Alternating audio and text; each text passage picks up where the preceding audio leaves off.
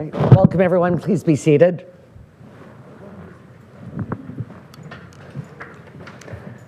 As we gather here today, we acknowledge on behalf of the County of Renfrew and our community that we are meeting on the traditional unceded territory of the Algonquin people. The County of Renfrew was established in 1861 on these lands, which have been cared for by the Algonquin people for thousands of years. We express our gratitude to the Algonquin people for their stewardship of this land and honor their rich history and culture.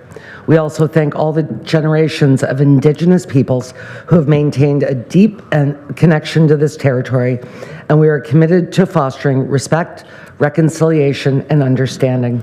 If you would now join me standing for a moment of silent reflection, please.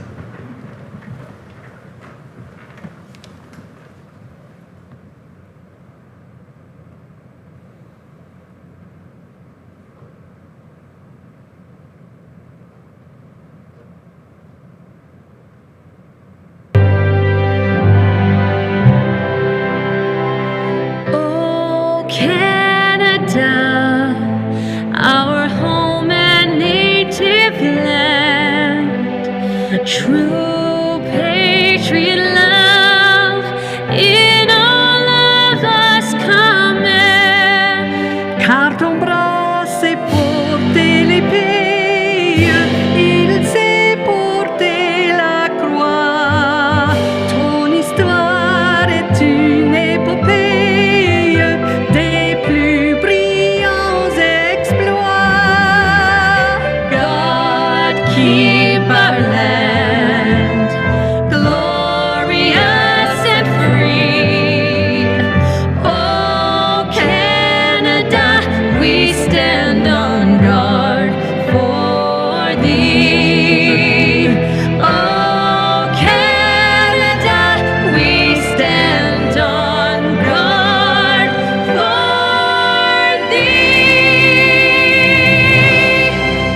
Thank you, everyone. Please be seated. Ms. Dombrowski, would you please do roll call? Thank you, Acting Warden, and good morning. Councillor Bennett.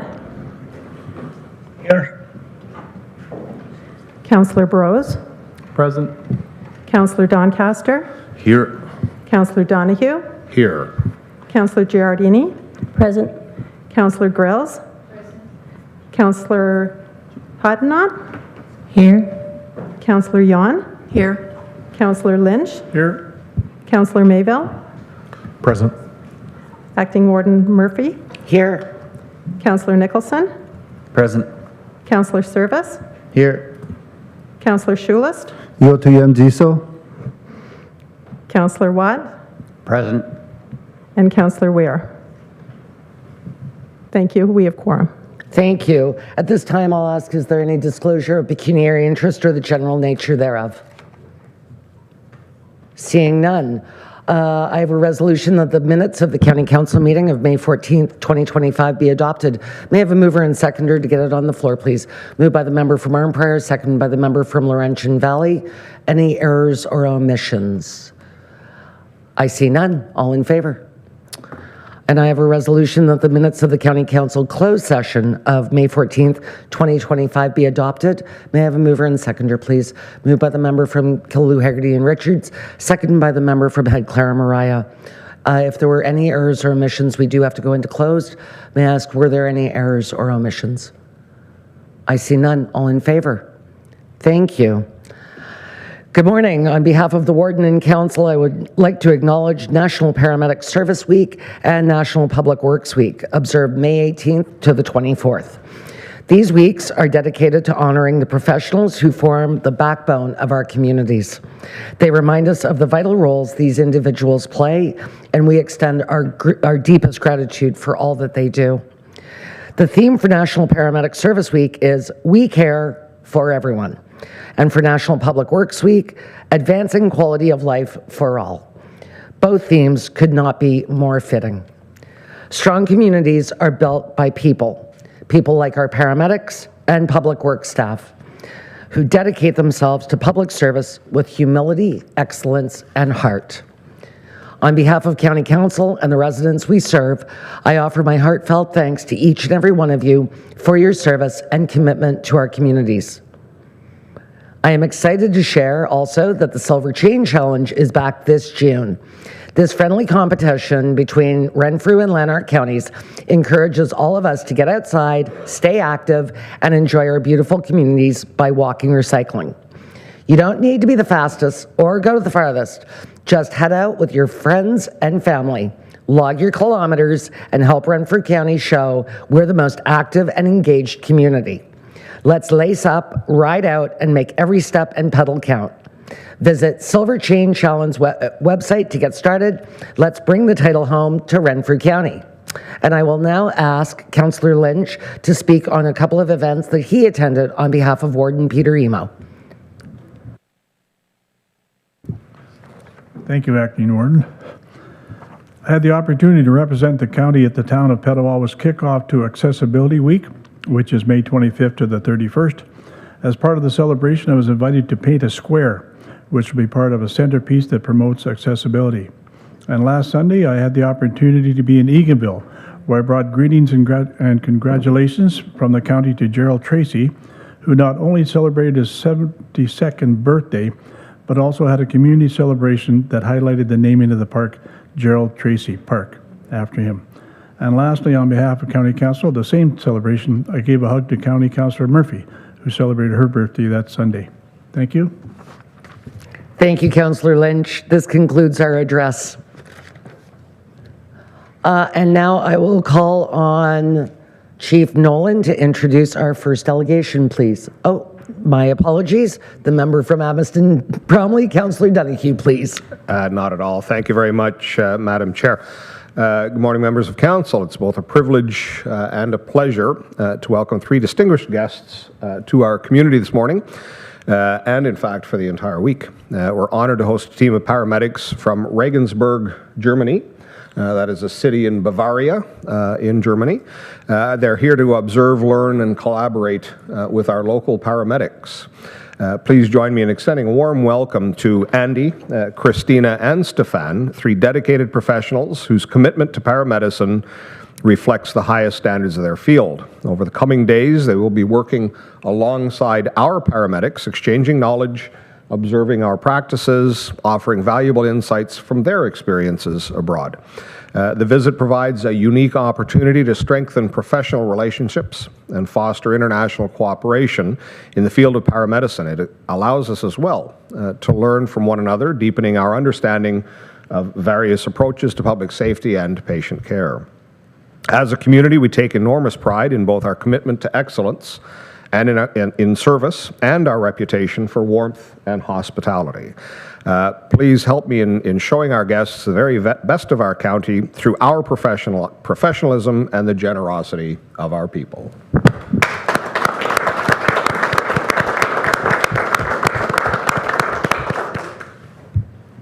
And I believe actually, Andy, you might have some comments.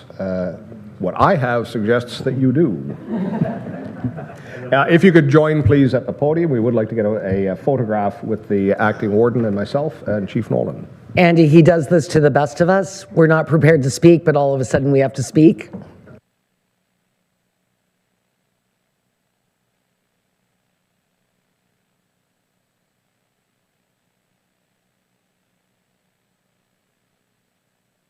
Please.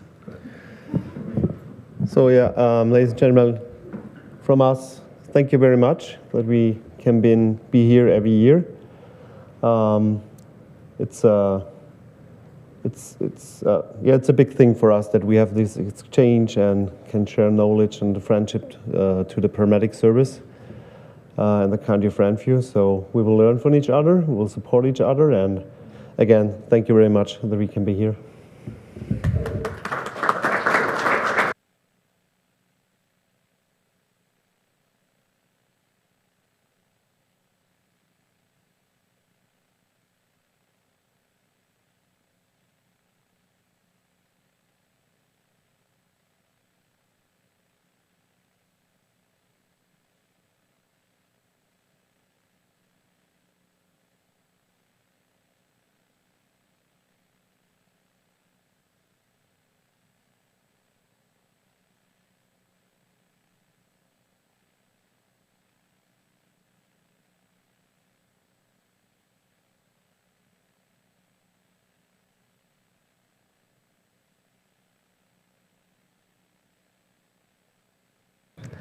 Wonderful. And now it's my pleasure to introduce Jason St. Pierre, who is the CEO of the Eastern Ontario Regional Network, and Lisa Severson, Director of Communications. I'm proud to call them friends and colleagues, so welcome. We'll be seeing you a lot this week. I feel I've been here a lot in county council, so to the point where I don't want to overstay my welcome, so we'll make this one brief, but I do feel I've been here recently for a number of topics, so which I guess goes upon some of the work we've been doing on the regional perspective, so sharing a lot of information.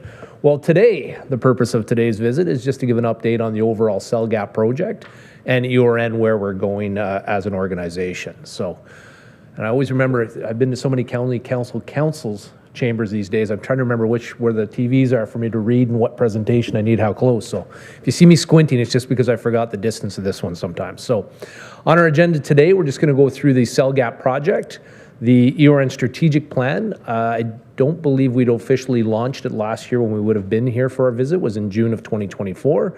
And if there's any questions, of course, we always appreciate feedback and thoughts. So on the project itself, just as a refresher and reminder for council, the objectives of our project is to cover 99% of Eastern Ontario with voice-type services that will cover where people work, live, and travel on everyday activities. 95% of that same area we're looking to cover with standard definition type services, which is good for basic email, data traffic, social media, web surfing, those types of opportunities. And 85% of our footprint of Eastern Ontario with high definition services. So this is more data intensive type applications, whether it's in web browsing, video calls, video streaming, those types of applications. On the financial details, we are part of an organization that's bringing a $300 million investment into Eastern Ontario, which is a large infrastructure investment. Of the breakdown of that, about $71 million is being provided through the province of Ontario. We have about $71 million from the federal government, just over $10 million between the Eastern Ontario Wardens Caucus and the Eastern Ontario Mayor's Caucus, and Rogers Communication, who was our selected partner through this project through a competitive RFP process, is contributing a minimum of $150 million of investment in Eastern Ontario. So a significant investment being made through this program. On our overall project, thanks Lisa for printing this out because I can see it now. This is a coverage map just to give get the group around here an idea of the scale and scope of the work that's being done. Eastern Ontario is a large, challenging geographical area to cover, and a project like this is a very aggressive and challenging target to make. So to do this and to make this, we have to build 258 brand new tower sites through Eastern Ontario. There'll be 311 uplifts, and an uplift is where the technology or coverage would have been there in more of an antiquated system, LTE or voice type activities or applications. The technology is being swapped out so we can bring 5G and more data transmission capabilities. And there's 74 co-locations, and the co-location is where the Rogers equipment in this case will be put onto another carrier or third-party companies' towers or infrastructure to be able to provide services.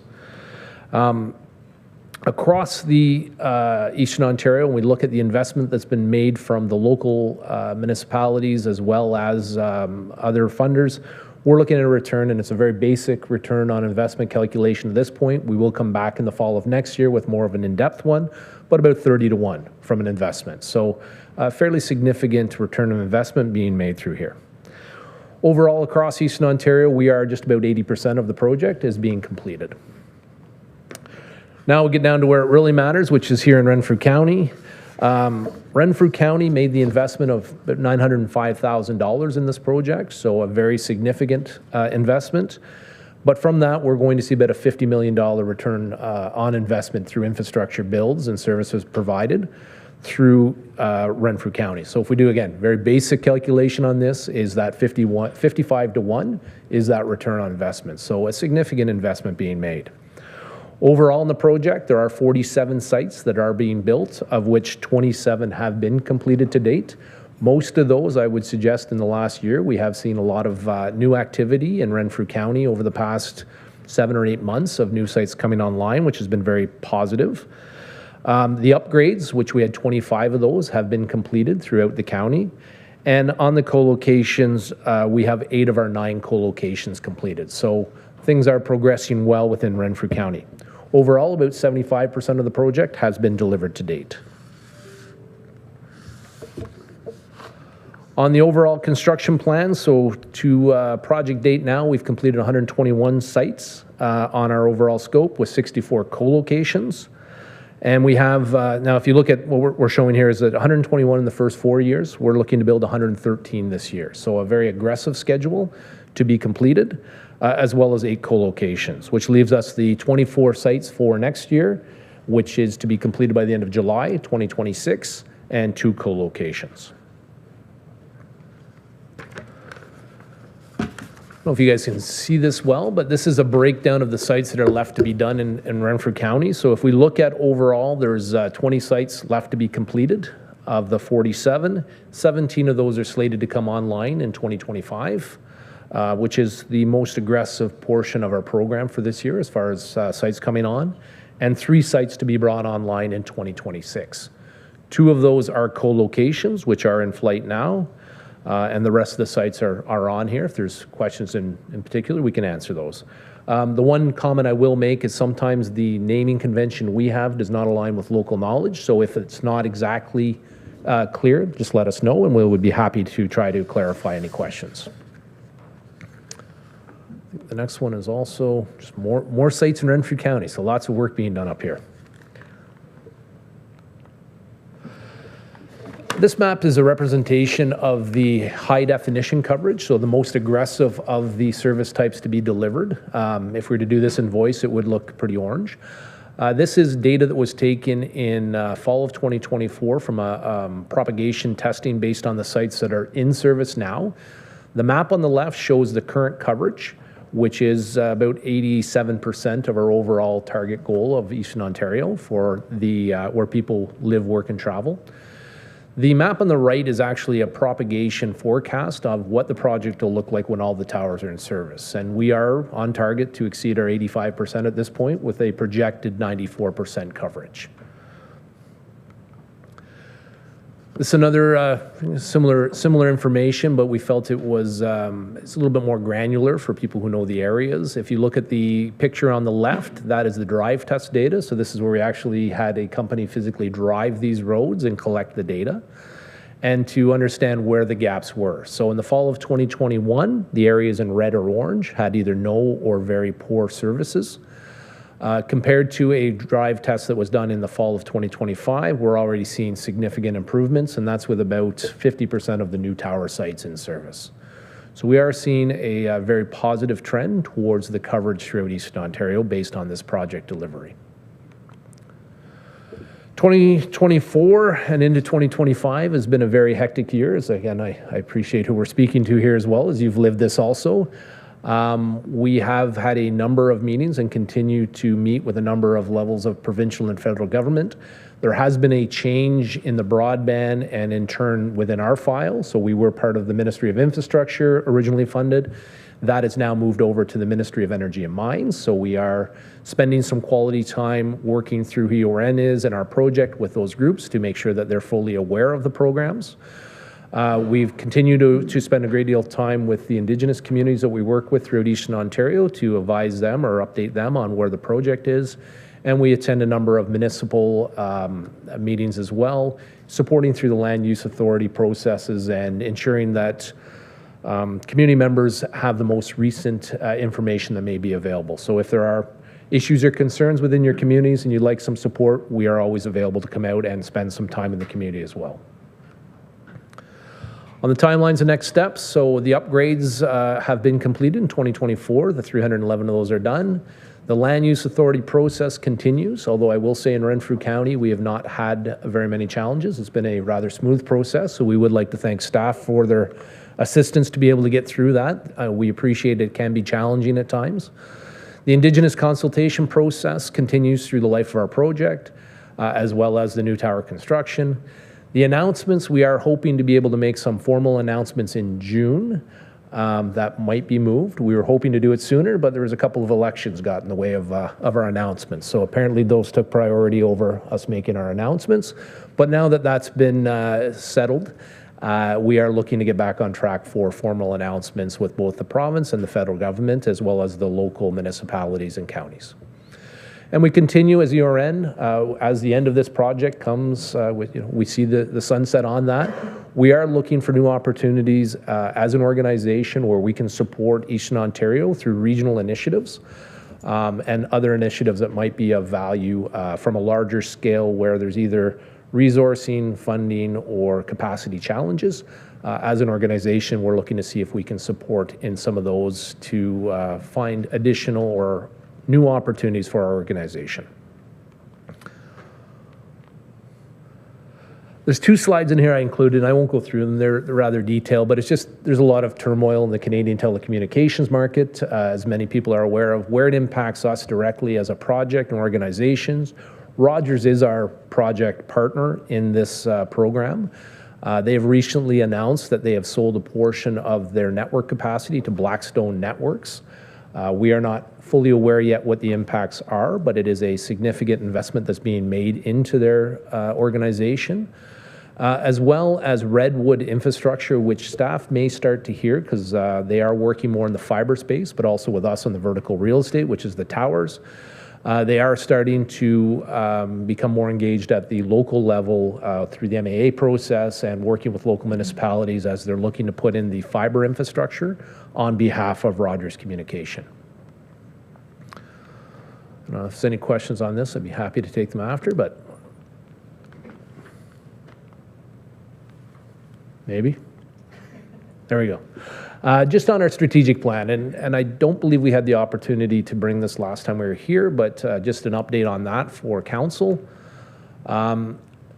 In June of last year, with our board of directors, with our chair as the lead, we thank you very much, and staff, we were able to finalize our 5-year strategic plans. We have completed year 1 now of that plan, and we are going to be doing a review of that in the next couple of months just to make sure we are on track. But really our objective was to find opportunities where we do offer a regional support on large-scale programs and projects, where there may not be that either skill set or capacity at the local, either municipal or county to be able to take that on, but really looking at a larger scale program and opportunities. Under that, we did change our letters of patent in 2024. Sorry, I keep forgetting what year it is. So 2024. Which is not something that you do as a non-for-profit organization very often, so it was a unique opportunity for us to go through that process.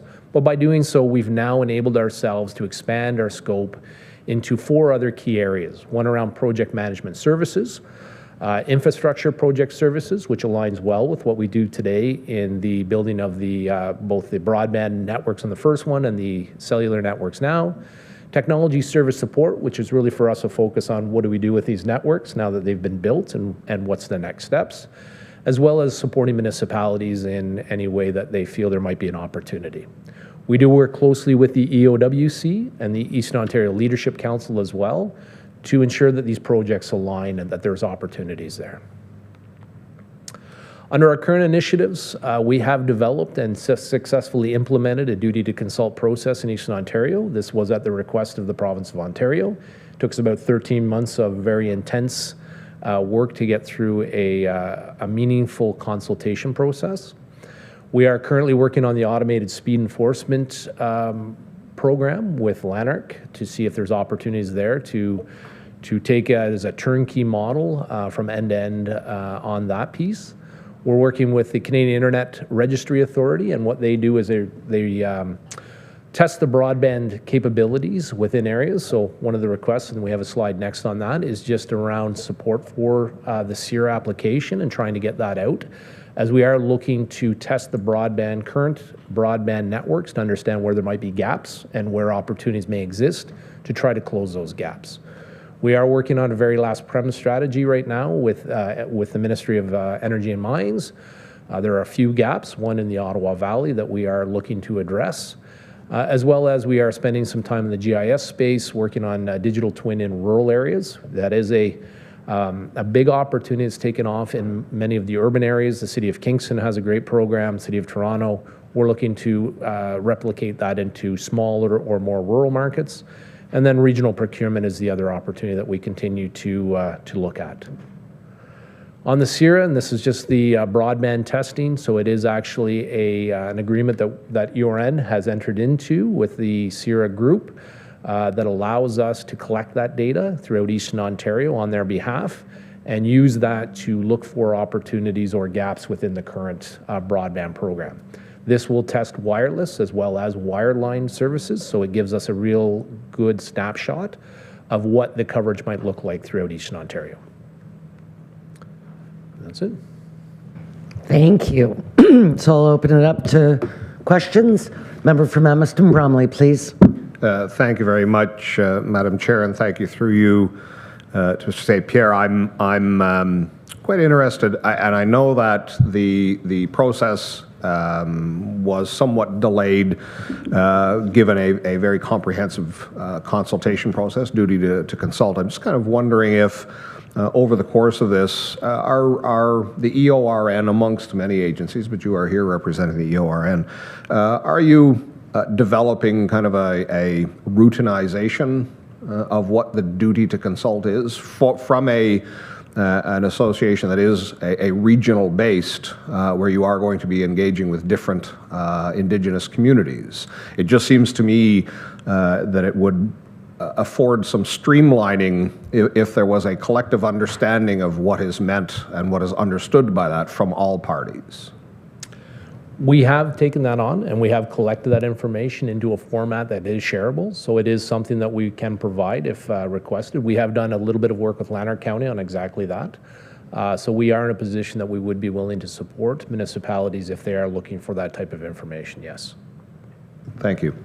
And such an excellent question, because some of the First Nations were quite easy with the duty consult. Others needed a little more, I don't want to say hand-holding, that's not correct, but a little more engagement, for lack of a better term. And I think the staff did such an exemplary job of managing their, it's no different than dealing with 17 people in the chambers, right? You've got different personalities, different ways of thinking. And so I think that, yes, Jim and Marco could probably write a book on it. I believe they could, yes. Yeah, there was 18 communities that we interfaced with at the direction of the province. So it was, it was very challenging. Anything further? Member from Whitewater, please. Thank you. Just a question on the strategic plan, if I could. I'd heard that EORN was looking at communal wastewater treatment systems analysis or study or support to municipalities. Is that still ongoing, or is that part of this project management service or infrastructure project services that are mentioned in the strategic plan? Yes, we are actually continuing that. We're actually close to presenting to Peterborough County an MSC strategy around that, which also involves the communal systems. From the technology perspective, from the research, we have all of that collected and are available to share that to those who might be interested. But we do continue to support the Frontenac Municipal Service Corp in that space, yes.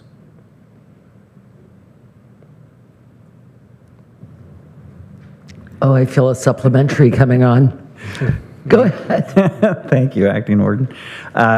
Good, I appreciate that, and I would look forward to learning more about it. So I imagine that if it's not accessible on your website, I'll liaise with Councillor Murphy. If I could understand a little bit more detail about the project management services that are going to be offered, is that something a lower tier could negotiate with EORN, seek support to augment current staff rather than going with an outside contractor? That's our objective and our goal. So we had 2 certified project managers in our team, but we are looking to expand upon that.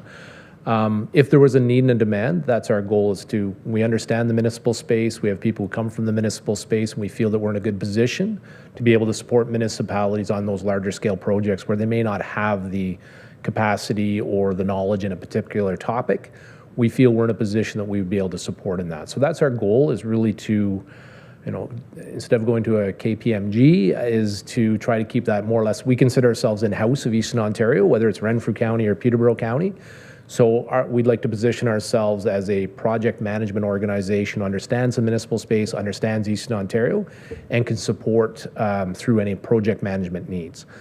From a scope perspective, we've not sort of cut out a space that we feel that would be required. We are really open to discussion to evaluate any opportunities to see if we can really support that position.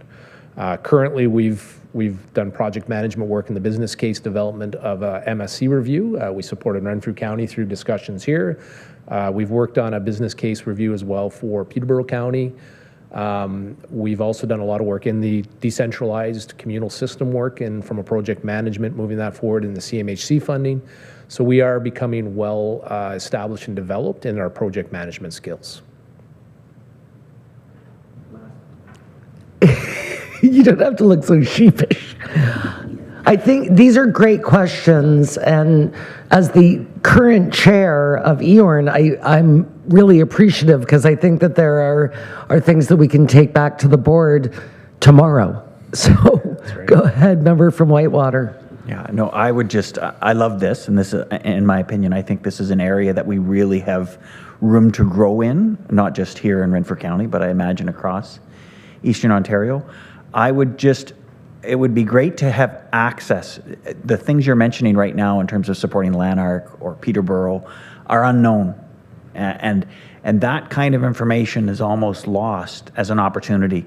I'm just wondering if a communication strategy, or how do you share that with the 140 or so municipalities across Eastern Ontario. I would just encourage that we ensure that's accessible to every lower tier, as an example. Thank you. I'm getting nods from Lisa. Yeah, no, that is, and it is a valid point. Part of it has been by design because we've been working through this. We want to make sure that we're in a position that we can offer a service. So we've been a little bit slow to do some of the announcement, but I think we are in a position where some of the work we've done, we do have in Peterborough's case, we'd like to present to them. Then we feel we can make that public, and we think there's some opportunity there to share that information. But even delving into agriculture, I mean, it's still so early and so convoluted. Even in this chamber, I don't necessarily bring back everything that we do at EORN because it hasn't been fully sussed out, even by staff, let alone the board. But thank you, Neil. Member from Mr. Bromley, please. Thank you, and you were not far off. Councillor Nicholson and I have telepathically been exchanging questions here We as saw well, the knowing glances. because the municipality of Admaster Bromley at a very nascent stage, very, very early stage. There is the potential for a communal water system, and on the very little briefing that we've had, and I certainly have to commend the Mr. Howarth, the manager of planning services here at the county. Frontenac County seems to feature prominently in a lot of the background context that was provided to us. If I can encapsulate kind of my understanding of these communal water systems, ultimately in my municipality, we do not have any water treatment. Where there's municipal water treatment, the risk is transferred now to the municipality to make sure there's water. In my municipality, when it is private land development, all of the risk is assigned to the landowner or the homeowner. Communal occupies this space in the middle where there is an underwriting of risk by the municipality, though not a direct risk. So what I found daunting in this, and I believe that Councillor Nicholson is probably quite a bit ahead in this, and I understand when he says, I would really like to understand how these are going to work. I would love nothing more than to not have to understand how these things work, but to be able to call upon an expertise that does. Because the professional planning that any proponent of this sort of plan is going to put in place, they have the deep knowledge base. And I think that that's kind of what Councillor Nicholson is talking about, is to be able to access. Perhaps the county planners have a view towards expanding our knowledge of how these things work. But I'm almost viewing this as a peer review. Who is going to assist me? My council are starting from zero. And it's like the freeway the Autobahn, in deference to our German visitors today, where they're going 120 miles an hour, and I'm trying to find the on-ramp, and I cannot find my access in. And I think perhaps that is what Councillor Nicholson is saying. This is a departure from anything that we have known, and it seems that there are municipalities that have been slowly dipping their toe in the water. This may be an opportunity for EORN to develop that expertise. And I would agree. And I will say we were fortunate to work with Renfrew County staff on an MSC design. From that, it's evolved into more, that was around housing that we were potentially looking at. What evolved from that, though, was really the infrastructure that's required to support that housing. So the MSC model still makes sense. There's challenges and there's risks. And I mean, it's really something we would like to go through with staff in more of a in-depth opportunity discussion after we've had the opportunity to review this with Peterborough. But there is absolutely opportunity there. And I feel based on the work that we started with Renfrew County, we've evolved that now into, I think it's a 67-page document at this point. So it is rather all-encompassing. But I think there's an opportunity after we've shared this with Peterborough that we'll be able to come back to Renfrew. And I think it'll address, I don't know if it'll address the concerns. It may ask more questions, but it'll give at least a bit of a roadmap towards the Autobahn as you're looking to get on that on-ramp. Thank you. Member from Laurentian Hills, and then the member from McNabb-Braeside. Thank you, Acting Warden. So concerning the CIRA performance testing, there's a bullet here that says you need participation from residents across the region. Can you elaborate on that? Because I have many residents that say, actually, one I met last night, and she was going to send me something, and she had no internet overnight. And they live right off Highway 17 in Laurentian Hills. Okay. Just past Point Alexander. Oh yeah. Oh yes. Yeah. I think I might have done a project there once. So it's basically a crowdsourced data. So we are looking for as many residents or businesses or participants to actually log on to the site if they can, and I believe the site is included, but if not, we will make sure it's out. Yeah, CIRA, I think /EORN will help us. And they can actually just do the test on there, and the data is actually collected and will be populated. We can share that. So now, if they don't have internet, that's a different challenge, although I'm not sure if they can get on or not. But it'll be actually GPS located to their address based on the equipment that they have. So their MAC address would share that. So they'd be able to go on there, verify the address is right, run the test, the data would be collected, and we'd be able to review that at that point. So the address here does not have EORN in it at all. It's just performance.cira.ca. Okay, we will share a more localized address then with council, just so and then if you can socialize that. I will, yes. We have shared this through our LinkedIn profile, which is really the only social media platform as EORN that we leverage. It is on there, but we will get that back out. Thank you. Thank you. Member from McNabb-Braeside, please. Hi, I'm circling back to the water, the communal water. There's legislation coming through up at the province right now about the water systems and how the province is going to assume liability for similar to the large water structures.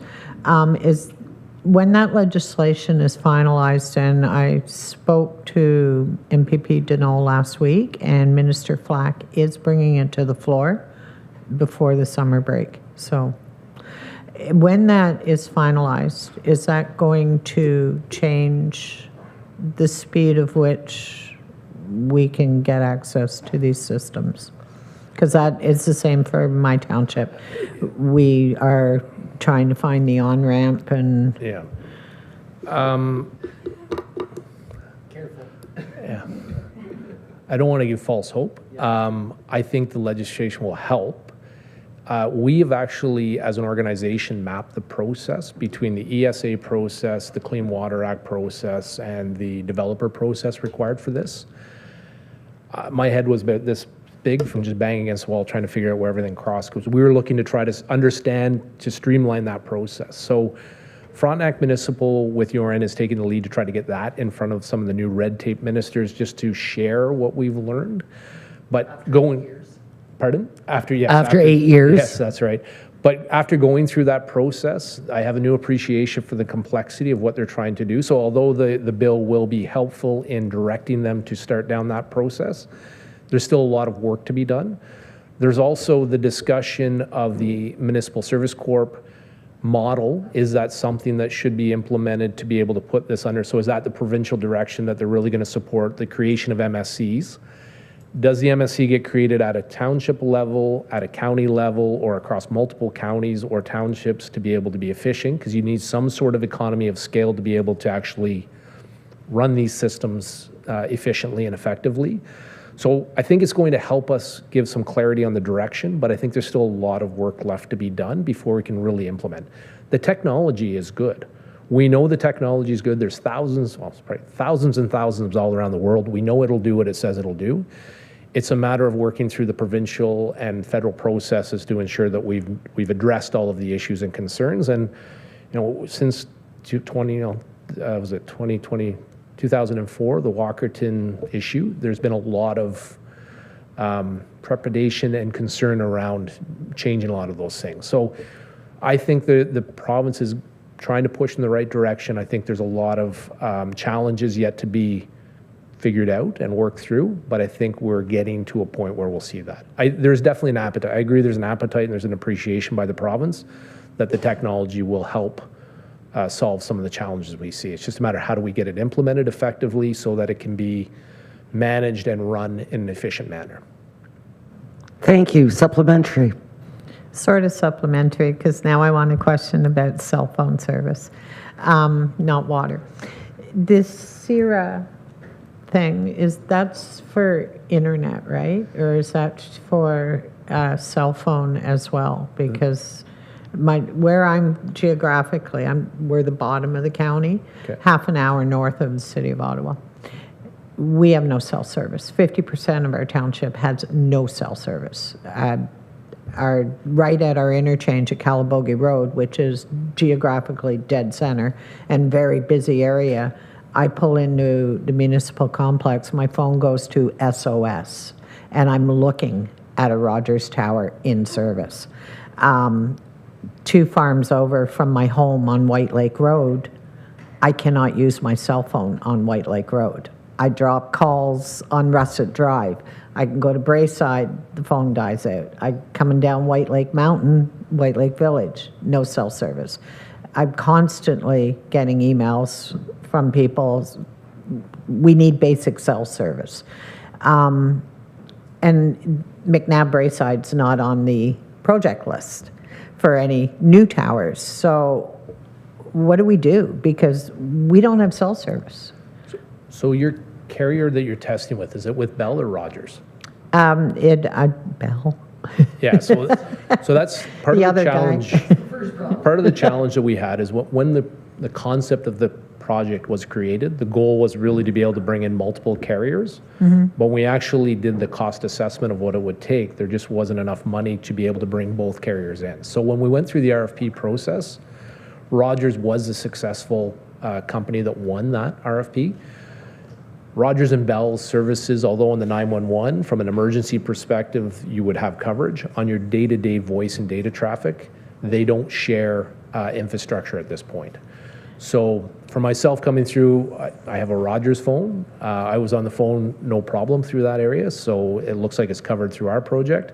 But if you had a Bell service, I can appreciate you may not have the same level of service. Okay.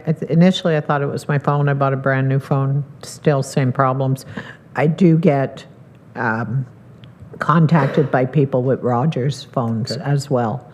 It just seems to be a void area that it doesn't matter what service you're with. We just don't have cell service, and it's hard to explain when you're 30 minutes north of the capital of the country. So might I suggest that you take this offline with the ERN staff, and I'll make sure that Okay. you have all their But is that all their coordinates.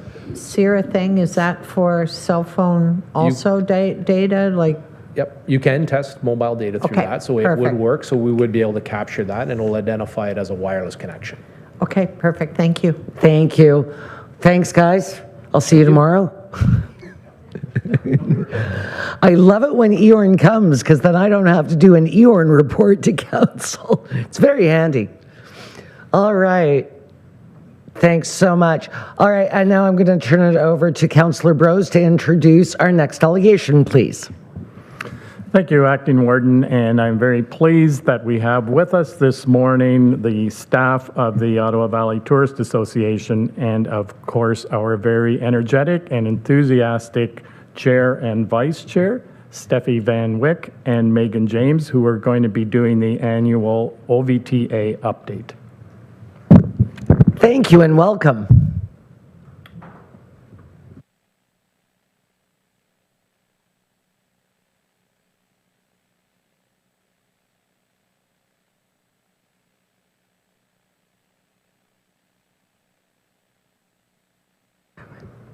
How's that?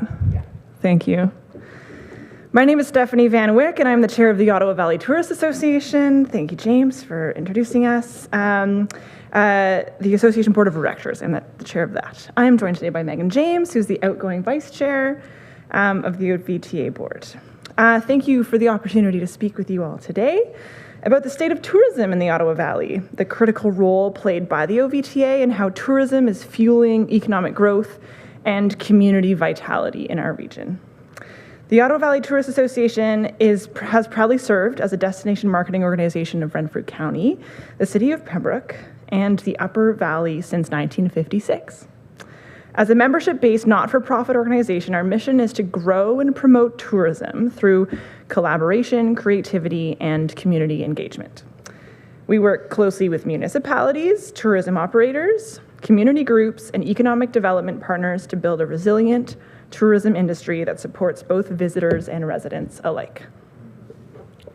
She's doing our clicking first. Oh, okay. Thanks, Tina. Let's begin by looking at the bigger picture.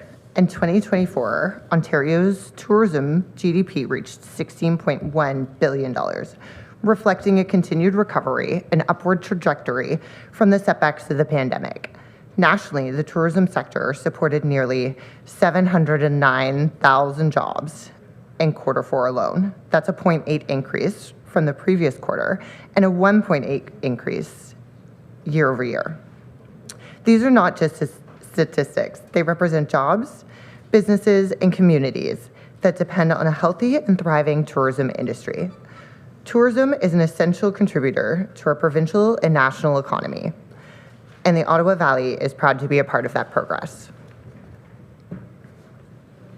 What does this growth look like locally?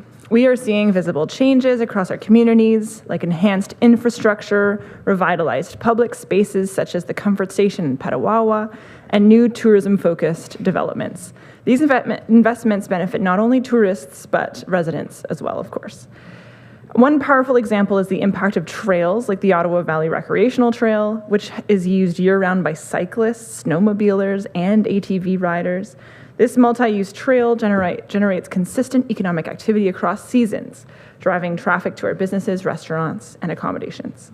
Additionally, events like Buskerfest in Pembroke, bringing together culture and tourism, and fostered economic growth by high visitor spend in the downtown core. This highlights our region's community-driven approach to tourism promotion.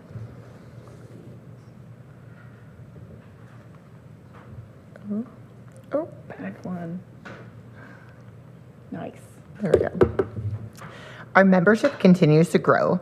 As of December 31st, 2024, the OVTA had 328 members, a 13% increase over last year. The growth reflects both the strength of the sector and the increasing value tourism businesses place on being part of United Network.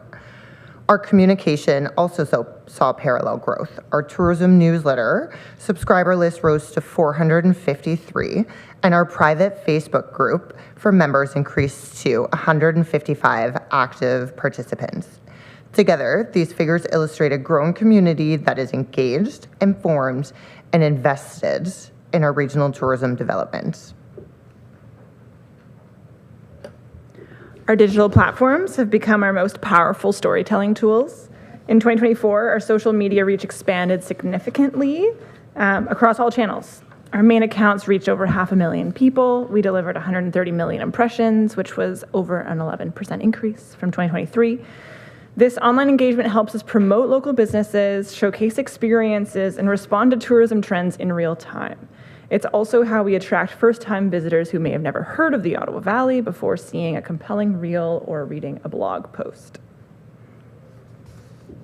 The OVTA is built on partnerships. We are grateful to work with a strong network of collaborators, including the Renfrew County and 17 municipalities, the City of Pembroke, Algonquins of Pikwakanagan First Nation, Ontario Highlands Tourism Organization, Renfrew County Community Futures Development Corporation, Ontario by Bike, Destination Ontario, and Destination Canada. Each of these partnerships add value and alignment to our shared mission. Tourism thrives when we work together. Tourism is community, and community is tourism.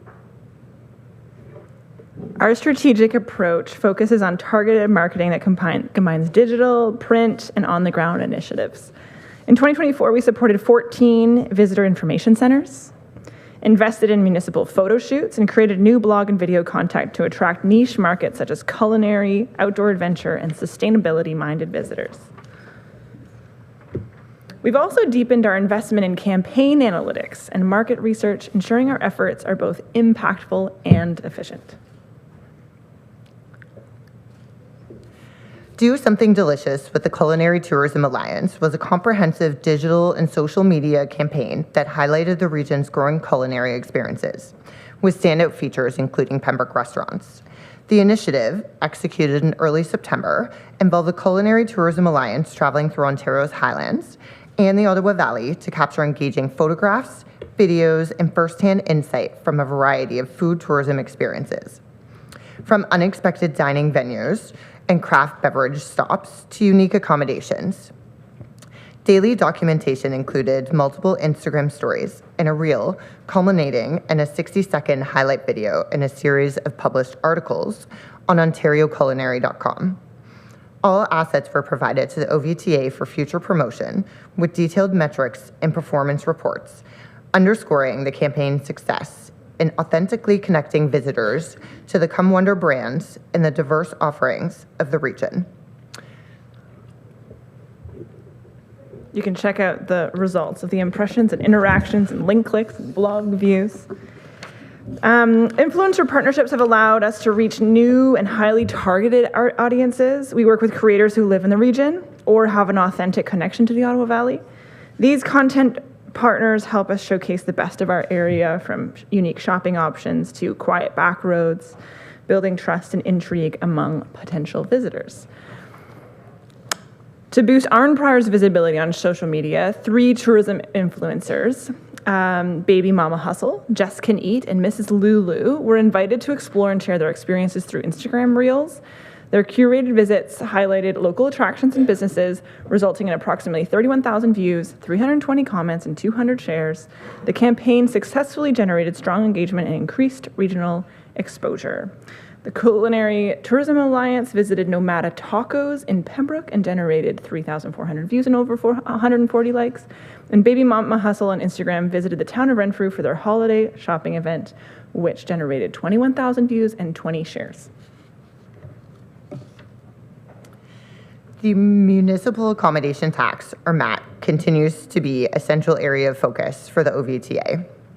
Last year, we announced that the City of Pembroke was the first community in the Ottawa Valley to implement and name the OVTA as the eligible tourism entity.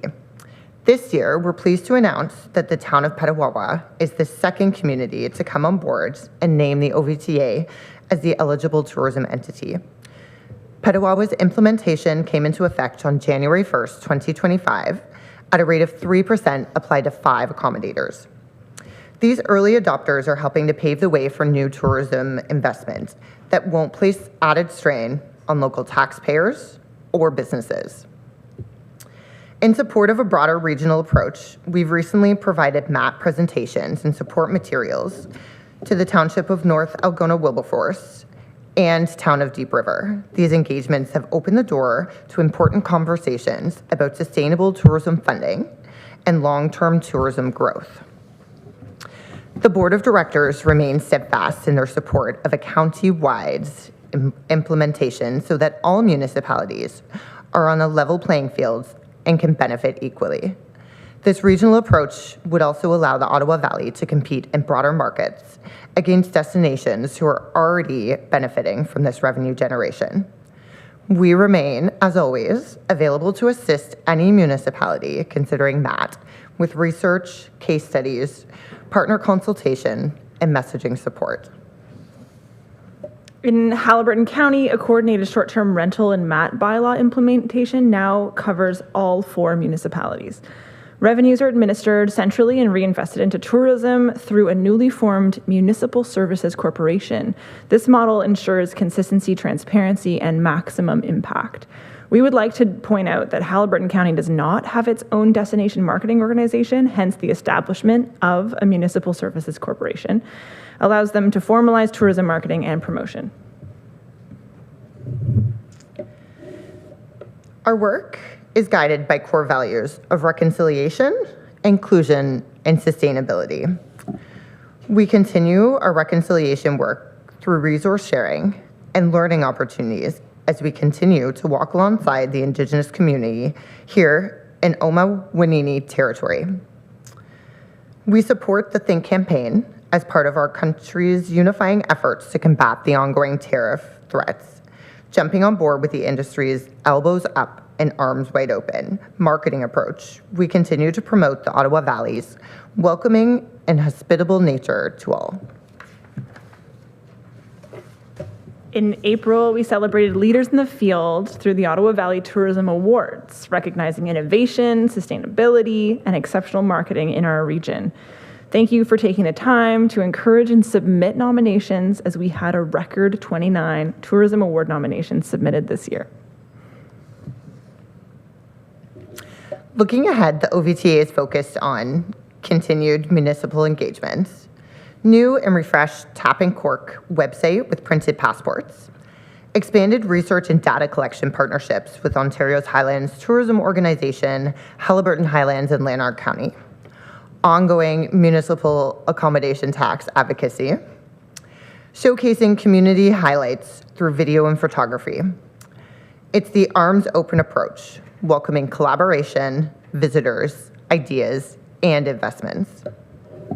Our board of directors is a dynamic group of individuals representing every corner of our Ottawa Valley tourism ecosystem. From lodging and adventure to retail, beverage, and municipal leadership, they guide our strategy and ensure regional representation. Their commitment fuels the success of the OVTA and our entire sector. In closing, the Ottawa Valley Tourism Association remains committed to supporting each municipality, business, and partner in their tourism goals. Thank you for your continued support and for recognizing the value of tourism as an economic driver, community connector, and source of pride across the Ottawa Valley. We look forward to seeing what we will accomplish together in the year ahead. Thank you. Excellent job. Thank you for shining the light on all things tourism in the County of Renfrew. I'll open it up to comments and questions, please. Member from Petawawa. Thank you, Acting Chair, and through you, thank you so much for bringing us this update. And congratulations, Megan, on your award for the Somewhere In. Thank you. And thanks for the shout out on the Petawawa Comfort Station. Just to let you know, we did hire a tourism ambassador, and it's now open and fully staffed for the season. Just a question on the MAT tax. 2 days ago at our council meeting, we announced that we raised $38,000 for the first quarter of the MAT tax in Petawawa. So that means you should be getting a check for $19,000 soon. Love it. What my question is there a plan or a process or a procedure in place on how that money is going to be allocated or spent? I'm happy to answer that. So yeah, you guys have entered an agreement with the Ottawa Valley Tourism Association. So there is a marketing plan that's designed just for kind of Petawawa. So that's what the funds will be spent on. But I believe the plan at the moment is to let those occur for a year. So a full marketing plan will be made available kind of by the end of this year, just so we kind of have a bank of money to kind of draw from, and same will be for Pembroke. You're welcome. Anything further? Member from Adamston Bromley, please. Thank you very much, and thank you very much as well, Ms. James and Ms. Van Wyk, for a very comprehensive, albeit very abridged, I'm sure, presentation.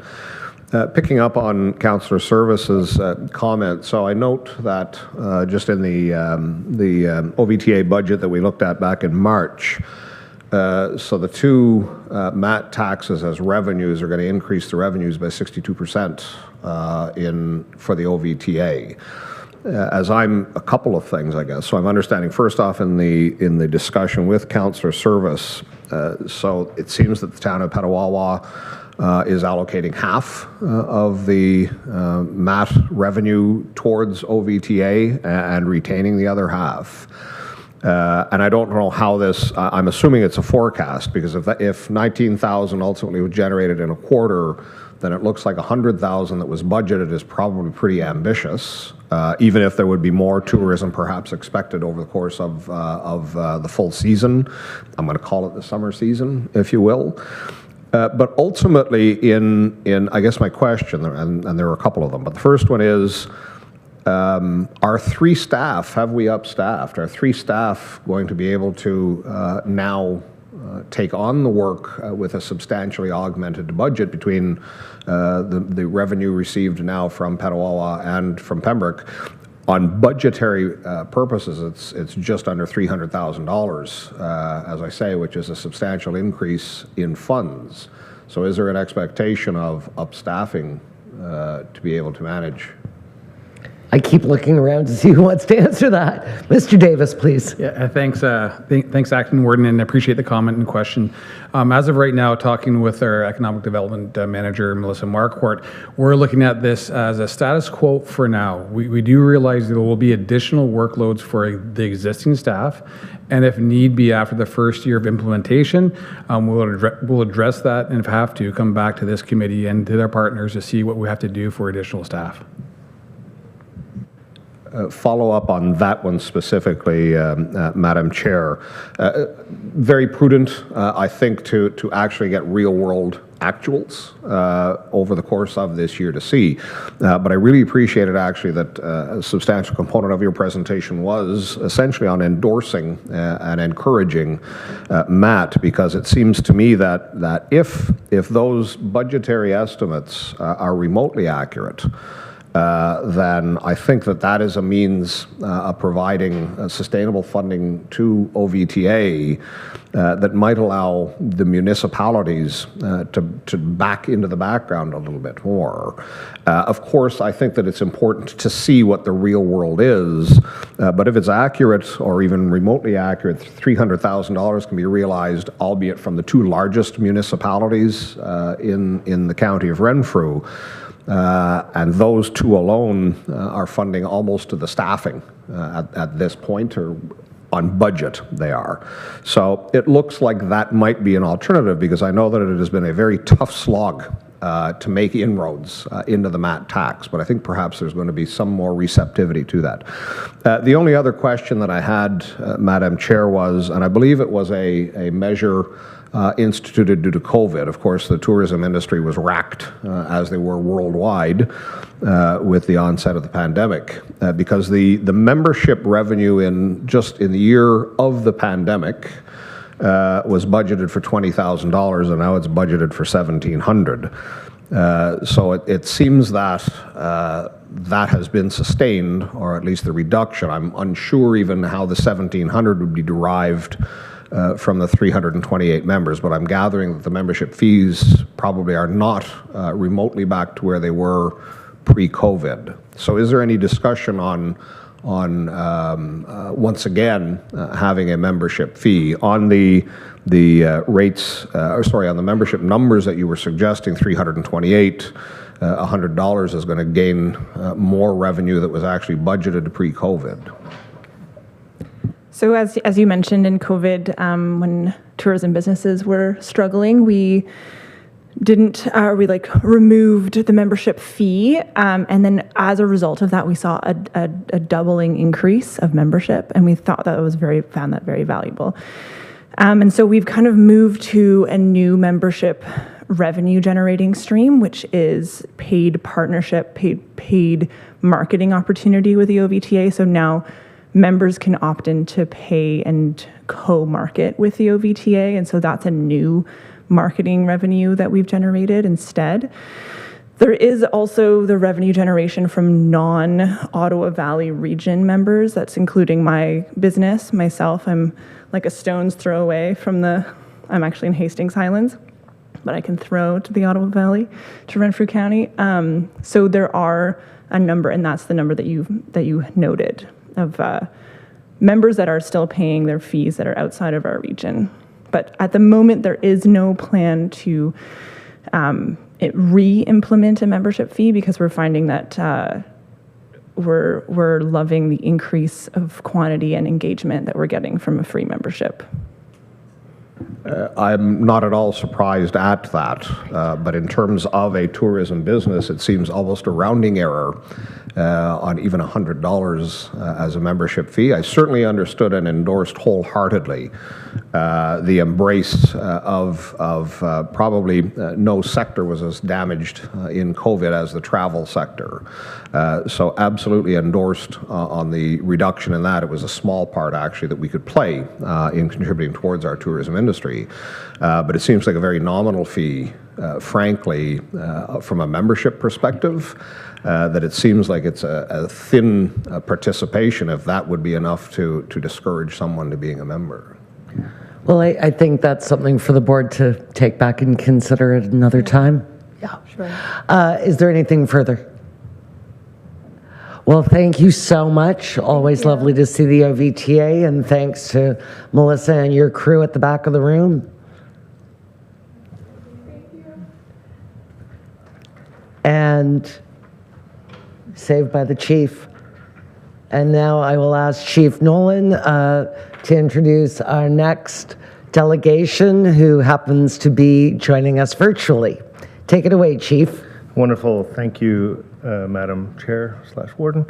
It's my pleasure to introduce some people who have been in these chambers in the past and have been exceptional partners to the County of Renfrew. We have Nadia Prescott, who is the Executive Transformation Lead from Ottawa West Four Rivers Ontario Health Team, and Emily Vandenklipp from the Arnprior District Family Health Unit and Health Team, excuse me. And we've had significant conversation here in the past about the relationship between the Ottawa West Four Rivers and the Ottawa Valley Ontario Health Team. So not to be confused between the two, but at the last meeting, Sabine Mersman gave us a presentation about what's going on sort of west of McNabb Braeside and Arnprior.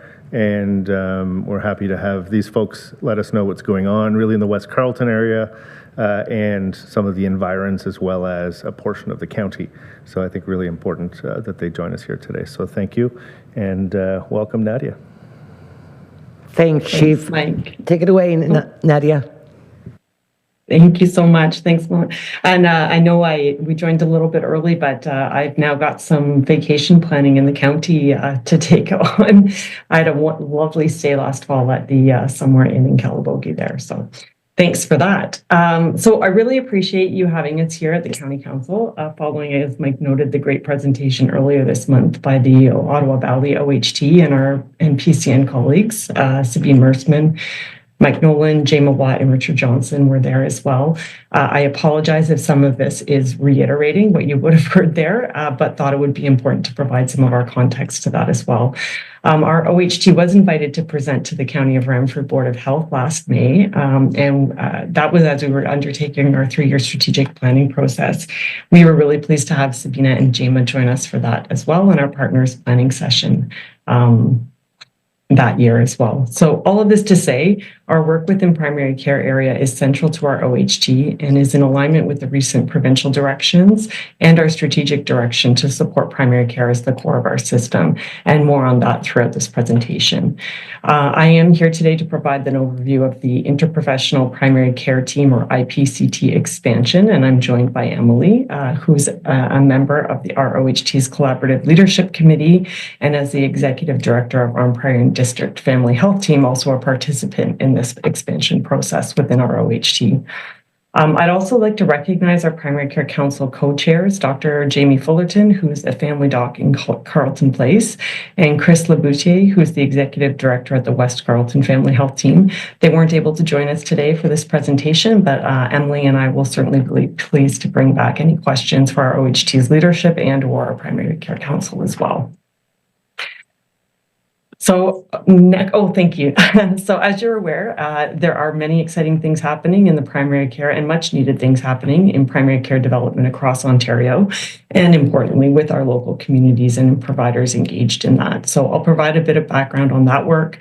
I'll then speak to the role of OHTs and what we've been asked to do and our approach within Ottawa West Four Rivers to supporting these developments in primary care.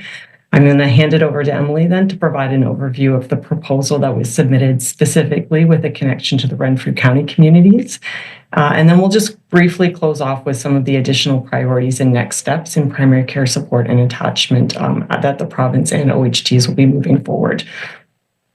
Next slide, please. And thank you, Gwen, for your support. So with Dr. Jane Philpott being called to the chair and to lead the primary care action team for the province, we are seeing, as I mentioned, incredible steps forward within Ontario, and it's afforded some great advantages in our local communities to participate in this much needed work. Dr. Philpott was also previously involved with primary care leadership at the Frontenac, Lennox, and Addington OHT in the Kingston area, and her vision that's articulated in the province's new primary care action plan that was announced in January of 2025 is really well aligned with the OHT model and with our developing primary care networks. Next slide, please. So interprofessional primary care teams, and I may just start saying IPCTs for short because we love an acronym in healthcare. It's not a new concept necessarily. There are examples of such models in our health system today. For example, family health teams, FHTs, community health centers, CHCs, nurse practitioner-led clinics, and Indigenous-led primary care teams as well. So IPTCs, though, have been reaffirmed as a key driver and one of the solutions outlined in that province's primary care action plan. As I mentioned earlier, supporting primary care as the core of our system is central to our OHT strategic plan, and improving equitable access to team-based supports and IPCTs through new investments in our communities is one of the priority outcomes that we had articulated in our 2024 to 2027 strategic plan. So we were really pleased with these announcements and with this work moving forward. Primary care is the most important and first point of contact of our healthcare system, and this type of support must be available to every one of us. So that vision that we want to get back to is a model of primary care that ensures people have a connection with their primary care provider from the day they're born to the day that they die. And some people talk about this as cradle to grave, for example, which is part of the OHT model. So we know that with the pressures in the primary care system, that team-based models of care that include many different types of healthcare professionals can provide improved outcomes for patients and can also enhance provider capacity to provide attachment and care. So currently in our system, some primary care providers and their patients do have access to these types of supports, and while others may not. And that's where we had identified improving equitable access to team-based supports through our strategic planning process as a priority for our OHT as well. And so, next slide, please. I mentioned the large announcement in January of 2025 of the $1.8 billion investment that would be focused to support people and their connection with primary care providers. And then we waited to hear more following the election about how exactly those investments would roll out. So there had been a previous open call to primary care providers across the province in 2023, and we were unsure whether this would be a similar or a different approach, given that there's a new primary care action plan that had been announced and launched. So on April 10th, we got our answer. That was the date that the province announced to all of us the very specific and targeted call for proposals for the first round to support those investments. So this round one that we've called it announcement included $213 million available across the province with an aim to connect 300,000 more people to primary care. Next slide, please. So along with that announcement, we learned that there was also going to be a very systematic approach that the province would use to allow proposals to be put forward. The province had identified high priority communities that they wanted those proposals to be developed for, and they used postal codes or the first 3 digits of a postal code, which we learned is known as a forward sortation area, or FSA, another acronym for you, to identify those communities with the highest number of residents without a primary care provider. So on average, those communities identified at about 8,000 unattached residents, and that's a term that you may hear throughout. Unattached residents would mean those that do not have access to a primary care provider consistently. So while there is always challenges and imperfections with using new data to inform planning approaches or investments like this, they did provide at least a very clear approach to guide proposal development, again with some gray areas, and I'll get into that shortly.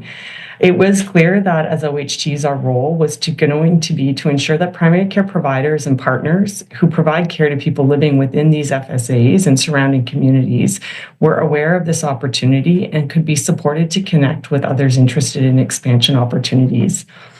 In addition to the new approach, we had a 3-week timeline to develop and submit these proposals to the province, so no small feat, but one that our providers and partners stepped up to meet in a really wonderful way, and we were so encouraged by their efforts to do so collaboratively in that really short period of time. I should also mention that these proposals are currently under review at the provincial level. OHTs do not have any additional information at this time following the submissions, but we do know that the original announcement had indicated selection and announcement by the province of successful proposals in the summer of 2025. Next slide, please. And I'll just probably skip over this one for the sake of time, but this slide just really reiterates the approach established by the province that I mentioned, the geographic focus for primary care attachment, a targeted and data-informed rollout for the investments, and new and very well-aligned roles for OHTs and primary care networks to support expansion and primary care attachment over time through collaborative approaches. Thanks, Gwen. So on this slide, Ottawa West, there's a picture here of the Ottawa West Four Rivers attributed population. Ottawa West Four Rivers was asked to put forward 3 proposals for 3 postal codes, K0A, K2G, and K2J. So K2G and K2J, those are the small green circles in sort of the middle of the screen. They're both in the city of Ottawa in the Nepean and Barrhaven areas, and they're small geographically comparatively. Our third postal code and the proposal that we'll focus on today was for K0A, and that's where it was clear that our work over those 3 weeks would be a lot more interesting, and for the providers and partners interested in interprofessional team supports for the patients and practices across those communities. KOA, as an example, it's the where some of the complications with using the postal code approach became apparent. So KOA is that dark brown area on the map that you see.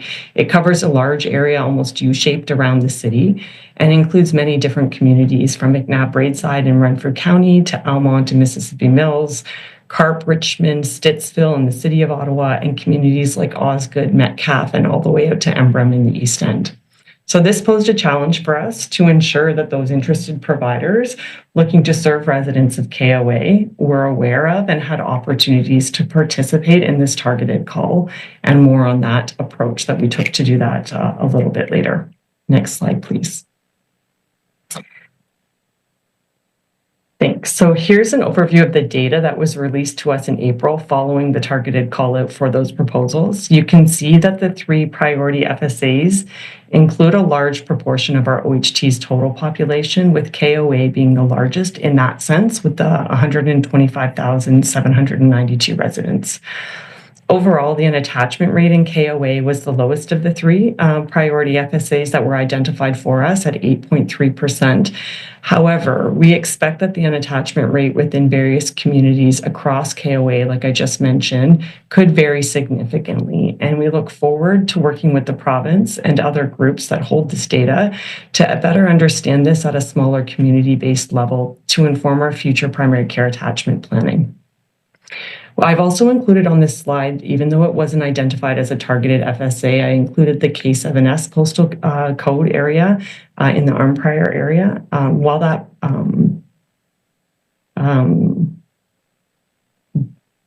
we learned over the, because we learned over the 3-week period that while the priority FSA would be addressed, that additional FSAs or communities could also be addressed within a proposal submission. And so I won't steal Emily's thunder on that part, but wanted you to be aware of what the Arnprior postal code looked like in the analysis that we were provided by the province. Next slide, please. Oh, we can skip this one. This is just the criteria that the province used for the proposal, and it really helped partners to focus their development efforts. Okay, so again, the targeted call was developed for our OHP, and our OHT and PCN leadership came together quite quickly to determine what our approach would be to ensure an extremely transparent and open process. So while our OHT and our PCN leadership under Dr. Jamie Fullerton has been working extremely hard to build up a primary care network of providers within our OHT, and we feel like we've done a fairly excellent job of moving and connecting primary care groups with one another where that previously was not in existence within our OHT. We also knew that particularly in KOA, there were going to be primary care providers who have been working more closely with our neighboring OHTs and their primary care networks, given the communities that they're in, but nonetheless that they may have an interest in serving those KOA communities. So in the first days following the announcement, we ensured that all communications, information sessions, and resources for our OHT and PCN providers and partners were also provided to our neighboring OHTs, and we encouraged them to send these to their partners who may be interested in particular in that KOA proposal, and that our OHT would welcome their participation in this development. Regardless of their partnership or affiliation with an OHT, it was an open opportunity to participate in proposal development. So we were pleased to have providers from both east and west of our OHT connect into this process during that time, some just to learn more and to consider whether they would join in on this round or to simply stay informed for future expansion planning. So here's where I wanted to just recognize the significant efforts of our primary care and community partners. These are the folks who put so many hours into the design and development of these proposals over that short 3-week period, many of whom gave up their evenings and their Easter long weekend to ensure that a strong submission for the province was put forward to consider. So we were so pleased with the result and proud to have submitted 3 collaborative proposals addressing those 3 FSAs.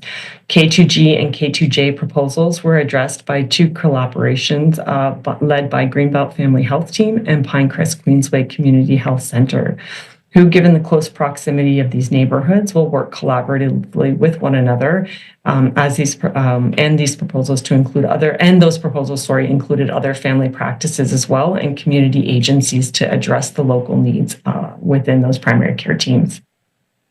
Today, however, I'm going to hand this over to Emily now to speak to the K0A proposal and the multi-organization approach to addressing attachment in that area. Over to you, Emily. Next Thanks, slide, Nadia. please. You're always a tough act to follow. So thank you for having us here today. Before I get into this, I do want to say that Arnprior sits in 2 OHTs. We are also on the OVOHT as a partner in that organization as well.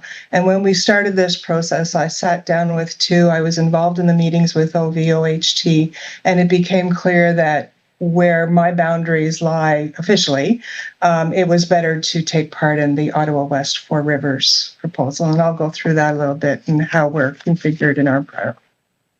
So the KOA proposal involves 6 partner organizations. The West Carleton Family Health Team offered to step up and lead the process, and I know that was a lot of work for Chris, so I appreciate him for doing that. Our organization, the Arm Prairie District Family Health Team, the Ottawa Valley Family Health Team, and that's the Almont Carleton Place area, Richmond Medical Clinic, Western Ottawa Community Resource Center, and Rideau Addiction and Family Services. And the goal overall for the proposal was to attach 8,500 net new patients. Nadia showed you some data that we were given to do this exercise, but I have to share that the priority is to be to roster people from the HCC wait list, but we have never actually seen the numbers of who are on the HCC wait list specific to our individual little catchment areas. So we had to do a little bit of magic to get there, but I'll share with you our own data locally, which might help to understand why we did what we did. So the Arm Prairie District Family Health Team, we seek to attach 1,000 new patients. And it may not be that there's a 1,000 KOA patients, so that's pretty much Braeside McNabb, that are unattached, but we also have a significant issue with retiring physicians. And we have included in the proposal that once we work through the people on the wait list, that we would also like to consider people that may be orphaned in the process. The proposal also coordinated with Great River OHT and the Centre de Santé Communautaire, I'm not good with my French, de l'Estrie, to attach 1,890 new KOA Francophone patients as well. Next slide, please. So talk about some of the key attributes. I know Nadia already touched on this. It was a coordinated strategy and amazing how we could come together in 3 weeks and work together. But I really do attribute that to the strong relationships that have been developed through the OHT process. As Nadia mentioned, I'm sit on the Leadership Council, and I'm very impressed with how strong this OHT is and the partnerships that have been built over the last couple of years. It builds capacities across our multiple communities and the diverse geography, and you can see that it's very diverse. You look from Embrun through to Arm Prairie, very diverse population in KOA. It looks at adding new staffing positions, nurse practitioners, physician assistants, and interprofessional staff to round out that interprofessional experience for people.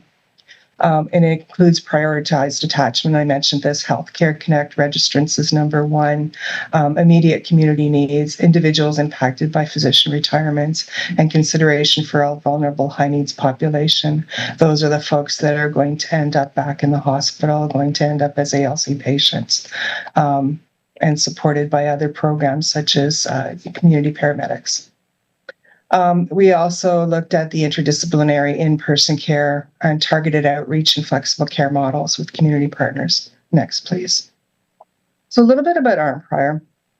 We currently have 16 physicians and an integrated team of professionals with over 15,500 rosters patients. But I want to share with you that of those rostered patients, 6,513 are from Renfrew County, with only 1,236 sitting squarely in our catchment area. So Arm Prairie is already providing services right across the county, and maybe someday if we all are well staffed, we can try repatriating people and helping people have services closer to home.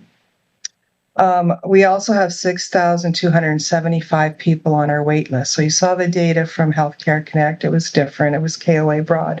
But Arm Prairie alone has 6,275 people on our wait list, 649 sit in Braeside McNabb catchment, and 2,929 from other areas within Renfrew County and some other bordering areas as well. I also wanted to share that with our impending retirements in the next 3 years, we're looking at 4,340 people may also be orphaned or unattached. That being said, I'll jump to the bottom bullet where we have strong physician recruitment efforts. And I want to thank the town of Arnprior and the township of McNabb Braeside. I apologize for the spelling mistake. That's on me. For being part of this committee, being part of these efforts, and helping to fund the efforts as well. I hope that very imminently we will have some good news on those efforts, but I can't share that yet today. All right, so move forward. Unless there's any questions about Arnprior's proposal, I can move it back over to Nadia. Are there any comments, questions? Maybe I'll finish up the last slide. Does that make sense? And then we'll open it up for questions. Sure. Yeah, absolutely. Okay. This is just a very quick slide to outline as well that it doesn't start or it doesn't end with this first round of proposals that was announced. The province also re-articulated for OHTs priorities around primary care access, attachment, and enablement that will be we'll be moving with going forward as well. So again, within our OHT, we want to continue to focus on supporting primary care as the core of our system, both for the providers and for the community and for the residents of our community. So these priorities that were articulated, again, Emily mentioned this, and it was part of the round one proposals, but we know there will be additional work on the Healthcare Connect waitlist and trying to and aim to clear that waitlist, the existing waitlist, by spring of 2026. So that's no small feat. An attachment plan is being asked to be developed, just a plan locally to support 100% attachment by 2029. So our work will focus in that area going forward as well. They're also looking for OHTs to focus efforts now around supporting unattached patients while they wait for attachment to primary care and to improve navigation support so people know where to turn if they don't have that continuous and connection with a primary care provider. And then also on the preventative screening, which has been a focus area for many of our partners and OHTs over the last number of years, but to see where we can still increase participation in cancer screening and doing that collaboratively with the regional cancer programs across the province and locally here, obviously. So with that, I just wanted to thank you for the invitation to join you to provide an overview of that proposal and how it impacts a portion of Renfrew County. I'm happy to take questions. Wonderful. Thanks so much. Comments, questions? Member from Amherst Bromley. Excuse me. Thank you very much, Madam Chair, and thank you to the folks from Four Rivers. Once again, a very comprehensive overview. We also, I'm sure you're aware, received a somewhat similar presentation a couple of weeks back. And the FSA's forward sorting areas are an imprecise mapping tool, because there was some question here on those postal codes as well, because ultimately on the targeted FSAs, K0A, I'm not sure, but most, if not all, of Arnprior is K7, and I think a lot, if not most, of McNabb Braeside likewise is K7. I think certainly the southern portion of McNabb Braeside, the White Lake kind of area, would be the KOA. But I'm presuming again that, much like the presentation from the Ottawa Valley Ontario Health Team, these are not necessarily discrete. They're identified for purposes of the application, not so much to be sorting the individuals and where they reside and the individual needs. Could you just confirm that? Yeah, I can confirm. So throughout the process, I did mention we learned from Ontario Health and we had similar questions. Can we only attach KOA patients, when we're thinking about developing these plans, or can there be other residents that are part of this attachment? So the focus, the priority for the plan that was submitted was to prioritize KOA attachment, but the province certainly recognized and allowed for partners to identify additional neighboring communities that would also have residents who would be addressed as part of these implementations should the funding be approved. And so that's where Emily was mentioning partners in the KOA proposal. Those 6 participating partners identified where there were other neighboring communities that they would likely be addressing as part of this implementation. So certainly Emily included both McNabb Braeside and Arnprior in those considerations. Thank you so much. Member from Arnprior, please. Thank you, Acting Warden. Michael had most of my questions. The second one is, your application was in for the 2nd of May. Is there a second application for the 31st of May that date was given to us the last presentation, that something was going to happen on the 31st? I'm not aware of a second application yet. Well, we were told that there will be a second round of applications opened in the fall of 2025. I believe perhaps the 31st of May might be related to an AMHO, but I'll leave that to this group who was there at the last meeting. Thank you. Anything further? Thank you, Acting Warden. Yes, it's to Emily, if you could make a presentation to our town, that would be very much appreciated as well. Thank you. Excellent. A member from Edmundston Bromley. Thank you, Madam Chair, and perhaps hopefully to provide a little clarity, and I would call upon perhaps Chief Nolan in his capacity as the co-chair of the Ottawa Valley Ontario Health Team. I don't know about second deadlines, but there are targets. There are the nearby targets, but then there are larger targets. And I think, if memory serves, it might have been a 3-year horizon on the full, but there were nearby targets that is separate from the submission of the applications. But there is some distinction there, and maybe that is what has inserted some of the uncertainty, but I would defer to Chief, perhaps, Madam Chair. Yes, Chief Nolan, please. If you. Thank you, Madam Chair. Yes, so the original deadline, as Nadia spoke to, was met by both OHTs. So we're good for the applications to go in. The ministry is making sort of vague commitments as to when they're getting back to us. So May 31st is not a target in relation to this activity. It may be a target in terms of other activities within our OHTs. For example, the aging forum that we're putting on. And so I'll go back through that recording and specify that for you. But there's no jeopardy in terms of the work that we're doing between the two applications in the Ottawa Valley OHT and then the very inclusive approach that Nadia and her team are taking for many of the services in Renfrew County. So we are sharing between, and Jama Watt, who is our executive director with the Ottawa Valley OHT, and Nadia, I think, probably talk 2 or 3 times a day. So I think we've got the backfield covered for you, but in terms of particular dates, there should be no worries in these councils in terms of our requirements being met. So I will confirm that for you, though, Councillor Lynch. Thank you, Chief. All right, and thank you so much to Nadia and Emily. Great presentation. I am going to turn this over to Ms. Dombrowski. Do you want to read a recommendation?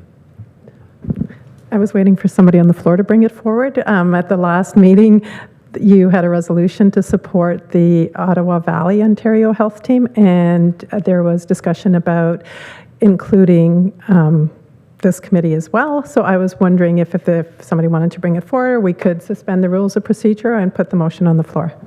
So first of all, I'll ask for a mover and seconder to suspend the rules of our procedural bylaw, moved by the member from Edmundston Bromley, second by the member from McNabb Braeside. All in favor?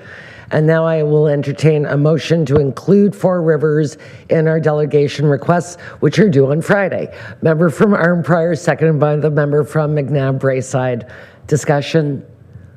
All in favor? And that carries. Thank you, everyone. Thank you, ladies. Enjoy the rest of this beautiful day. And at this time, is there any other correspondence? No, all correspondence received has been forwarded to the appropriate committee. Wonderful. And with your indulgence, by the clocks in the chamber, it is 11:07. We will reconvene in 10 minutes at 11:17. Thank you, everyone.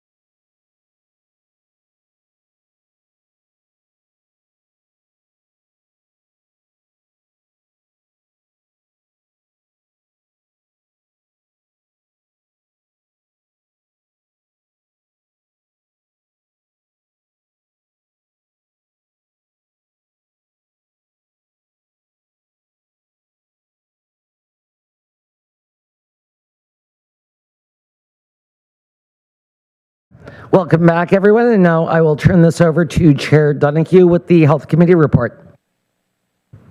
Thank you very much, Madam Chair.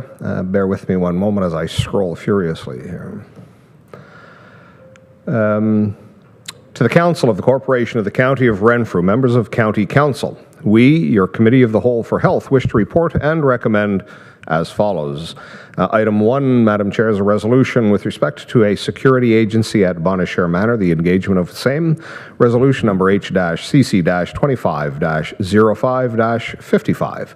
Moved by myself, seconded by committee. That County Council direct staff to proceed with hiring ProTech 5 Incorporated, Pembroke, Ontario, as a security agency at Bonnechere Manor when required, and the background, Madam Chair, is attached. Moving on to item 2, it is a bylaw, Substance Use and Addictions Program. Resolution number H-CC-25-05-51. Moved by myself, seconded by committee. That County Council authorize the Warden and Chief Administrative Officer to execute a purchased service agreement with McKay Manor, Renfrew, Ontario, for the period of June 1st, 2025 until March 31st, 2027, and that a bylaw be executed. And once again, Madam Chair, the background was provided to Council. All of which, Madam Chair, is respectfully submitted by myself as Chair, along with the entire Council constituted as committee. Thank you, sir. And we'll go back to item number 1, the security agency. I see none. And substance abuse and addictions program. And I see none. Can I get a mover, please? So moved, Madam Chair. All in favor? Wonderful, thank you. And now, Chair Giardini with Community Services, please. Thank you, Madam Chair. To the Council of the Corporation of the County of Renfrew, members of County Council, we, your Committee of the Whole for Community Services, wish to report and recommend as follows. Resolutions. Number 1, Ontario Works Financial Assistance Rates. Resolution number CS-CC-25-05-28, moved by myself as Chair, seconded by committee, that County Council support the resolution passed by the Prince Edward Lennox and Addington Social Services Committee at their April 10th, 2025 meeting, which states, whereas poverty is taking a devastating toll on communities, undermining a healthy and prosperous Ontario, with people in receipt of Ontario Works and Ontario Disability Support Program being disproportionately impacted, and whereas the cost of food, housing, medicine, and other essential items have outpaced the highest inflation rates seen in a generation, and whereas people in need of social assistance have been legislated into poverty, housing insecurity, hunger, poor health, their motives questioned, and their dignity undermined, and whereas Ontario Works financial assistance rates have been frozen since 2018 at $733 per month, and whereas Ontario Disability Support Program, ODSP benefit rates have been increased by 6.5% as of July 2023 and another 4.5% as of July 2024 to keep up with inflation. However, even with the increase, ODSP rates still fall significantly below the disability adjusted poverty line, which is $3,091 per month. And whereas Ontario Works and ODSP rates do not provide sufficient income for a basic standard of living, and as a result, hundreds of thousands of people across Ontario who rely on these programs live in poverty, and whereas designated service managers are doing their part, but do not have the resources, capacity, or tools to provide the necessary income and health-related supports to people experiencing poverty, and whereas leadership and urgent action is needed from the provincial government to immediately develop, resource, and implement a comprehensive plan to address the rising levels of poverty in Ontario, in particular for those on Ontario Works and Ontario Disability Support Programs. Now, therefore, be it resolved that Prince Edward Lennox and Addington Committee request the provincial government to urgently, 1, increase Ontario Works rates to match the ODSP rate increases that have already been made and be indexed to inflation, and 2, commit to ongoing cost of living increases above and beyond the rate of inflation to make up for the years they were frozen. And further, that a copy of this resolution be sent to the Minister of Children, Community and Social Services, the Minister of Health, the Minister of Municipal Affairs and Housing, the Association of Municipalities of Ontario, the Ontario Municipal Social Services Association, the Rural Ontario Municipal Association, and all Ontario municipalities. And the background is there. Item 2, new operating agreements for nonprofit housing providers. Resolution number CS-CC-25-05-29. Moved by myself as chair, seconded by committee, that County Council provide direction to staff to initiate negotiations with Killaloe and District Housing Corporation for a new operating agreement, and that this agreement be returned to County Council for approval. The new operating agreement is to adhere to the following principles: provide a term of not less than 15 years and not more than 20 years, provide a predictable and reliable funding formula, which will provide funding levels consistent with the current 2025 funding levels, plus a mechanism to account for inflation. Allow for expansion with increased operating dollars to match increases in units. Support expansion by providing a dedicated capital subsidy for new units should the provider choose to expand. And lastly, to simplify the annual reporting requirements for the provider. And once again, the background is there. Excuse me. Number 3, master lease agreements with motels. Resolution number CS-CC-25-05-29. Moved by myself as chair, seconded by committee, that County Council delegate the authority to staff to enter into agreements with local motel owners to negotiate and establish room rates for blocks of rooms designated for supportive motel stays under the homelessness prevention and MESA programs. And the background is there, all of which is respectfully submitted by myself as chair and committee members. Thank you, Madam Chair. Thank you, Chair. That last resolution should be CSCC 250530. It's going to be rectified, but thank you. So we'll go back to resolution number 1. Good job reading that all out. Comments, questions, concerns? Number 2, the operating agreement. And finally, number 3, the lease agreements with motels. Can I get a mover, please? So moved. Wonderful. All in favor? Thank you. And now we will move on. Vice Chair Mayville, if you would take us through corporate services, please. Thank you, Acting Warden. To the Council of the Corporation of the County of Renfrew, members of County Council, we, your Committee of the Whole for Corporate Services, wish to report and recommend as follows. There are 5 resolutions. Item number 1, the 2024 draft audited financial statements. Resolution number FA-CC-25-05-38, moved by Chair, seconded by Committee, that County Council approve that the 2024 draft audited financial statements be presented to the Corporate Services Committee at the June 12, 2025 meeting. Item number 2, the Association of Municipalities of Ontario, AMO delegations.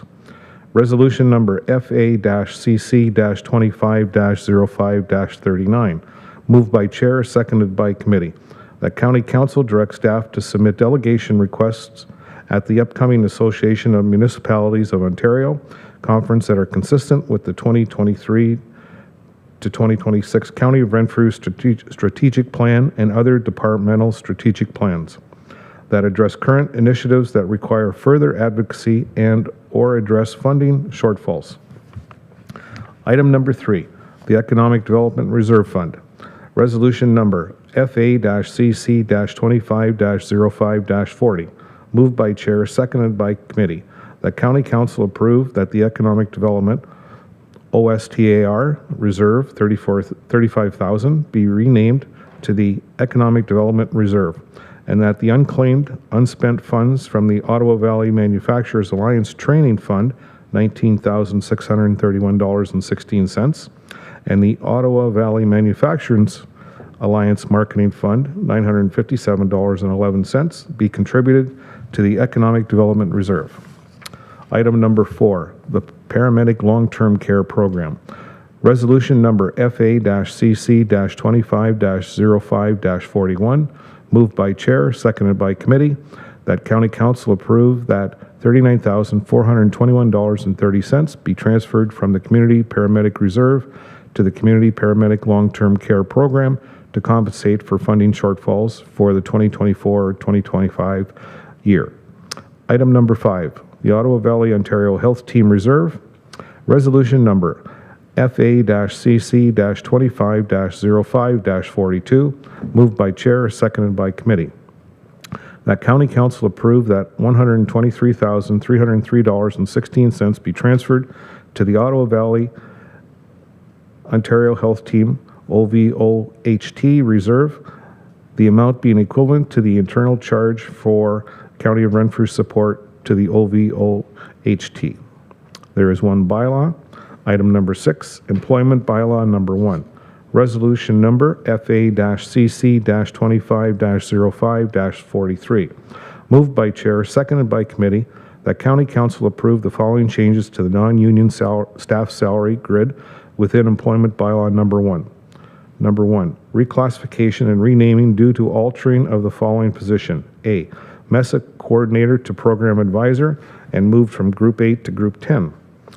Number 2, creation of the following position. A, Heart Hub Site Manager to Group 11, and that the revised Employment Bylaw number 1 be adopted. The background has been provided for all 6 items, all of which is respectfully submitted by myself as Vice Chair and committee members. Thank you. We'll move back to item number 1, the 2024 draft audited financials. Number 2, the AMO delegations. Number 3, the Economic Development Reserve. Number 4, the Paramedic Long-Term Care Program. Number 5, the OVOHT Reserve. And finally, the Employment Bylaw. Thank you. May I have a mover, please? So moved. Wonderful. You've heard the movement. All in favor? Thank you, and that carries. We have no consent items in county today, and I will move it on for the discussion report in admin. Take it away. Thank you. I have a recommendation that County Council approve a temporary change to the order of meetings on June 12th, 2025, and that Corporate Services Committee be scheduled to take place immediately following the regular council meeting of June 12th, 2025, and that this is a temporary change and the regular order of meetings resume at the next scheduled meeting cycle. And further, that notice of this change be provided as required. Thank you. May I have a mover and seconder to get it on the floor, please? Moved by the member from North Algona-Wilberforce, seconded by the member from Admiston-Bromley. Discussion. Ms. Dombrowski, please. So this report recommends a temporary change, as noted at our previous committee meetings, to the order of the committee meetings on June 12th to accommodate the availability of KPMG, and who will present the draft audited financial statements. After the agenda was published, staff have become aware they need to amend the resolution to reflect a slightly different order, and I'd like to propose an amendment to the resolution to reflect the following order of committee meetings on June 12th. Specifically, the proposed revised order would be Corporate Services Committee, Joint Services, Community Services Committee with Renfrew County Housing Corporation, and then Joint Services Health Committee, all following the County Council meeting. Thank you. May I have a mover and seconder to move the amendment, please? To move by the member from Killaloe, Haggerty, and Richards, seconded by the member from Laurentian Hills. Comments, questions, discussion? So let's vote on the amendment, please. All in favor? Thank you. And now we'll vote on the original resolution as amended. All in favor? Wonderful, and that carries. We have no closed session reports. We have no reports from external boards, but we wish Councillor Doncaster all the best at FCM. We have no notices. Oh, do we have any notices of motion?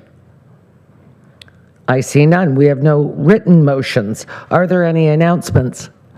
Mayor, or the member from North Algona-Wilberforce, please.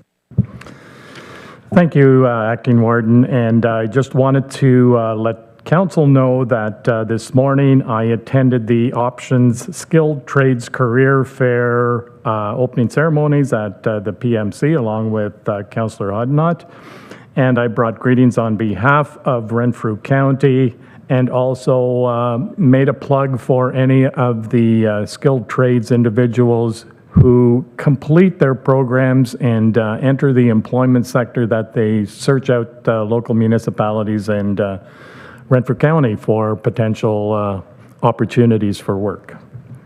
I also wanted to bring to everyone's attention that we will be hosting at Ravens Knoll the Nowhere Music Festival on September 11th to the 15th. On June the 28th, we are hosting at the Snowdrifters Park the Truck and Tractor Pull. And on June the 7th, we have an ATV poker run, which will leave from the Sands in Deakin. Thank you. Thank you. Any other announcements? Member from Petawawa, please. Thank you, Chair, and through you. Yesterday, I don't know if you watched CTV News, but King Charles III and Queen Camilla were visiting Ottawa. And during their visit, they laid a wreath at the tomb of the unknown soldier. We were very proud and excited in Petawawa to have a young warrant officer cadet, Olivia Vernelli. She was the individual who passed the wreath to Queen Camilla. So it was quite an honor for her to be chosen to represent all of the cadets at that ceremony, and Petawawa was quite proud of her. How lovely. And I understand Chief Sarrazin was there as well with the King and Queen and former Chief Wendy Jocko, which is very exciting. Anything further on announcements? I see none. Is there any new business? I see none. I have a resolution that the bylaws listed be deemed read 3 times and passed. May I have a mover and seconder, please? Moved by the member from Head Clare Mariah, seconded by the member from Broodnell, Lindock, and Raglan. All in favor? And finally, I have a resolution that bylaw 7D425, being a bylaw to confirm the proceedings of the Council of the County of Renfrew at the meeting held on May 28, 2025, be now numbered, deemed, read 3 times and passed. May I have a mover and seconder, please? Moved by the member from McNabb Braeside, seconded by the member from North Algona Wilberforce. All in favor? And a resolution that County Council adjourn at 11:36 a.m. Moved by the member from Deep River, seconded by the member from Arnprior. All in favor? Thank you, Council. We are adjourned, and we will reconvene at 12:30. No. Apparently. No, that's okay. Everybody's okay. Okay, we're going to reconvene at 12:30. Thank you.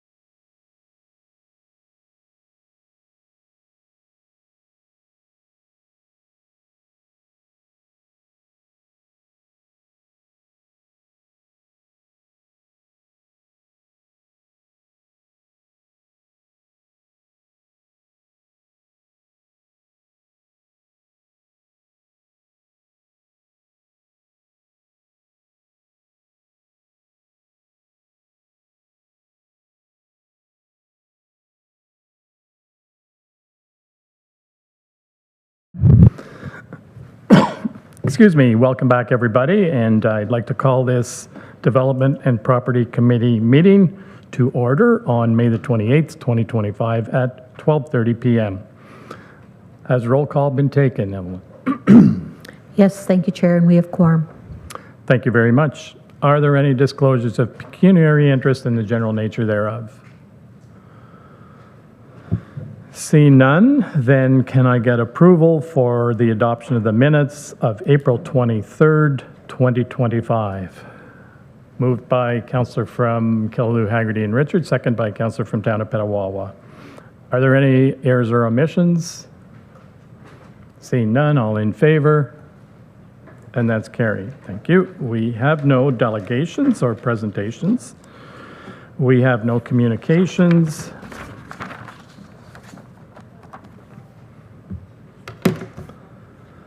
So we will move to our consent reports. And I think what I will do is, because there's 17 items in the consent reports, I will move through them in groups of 5 or less.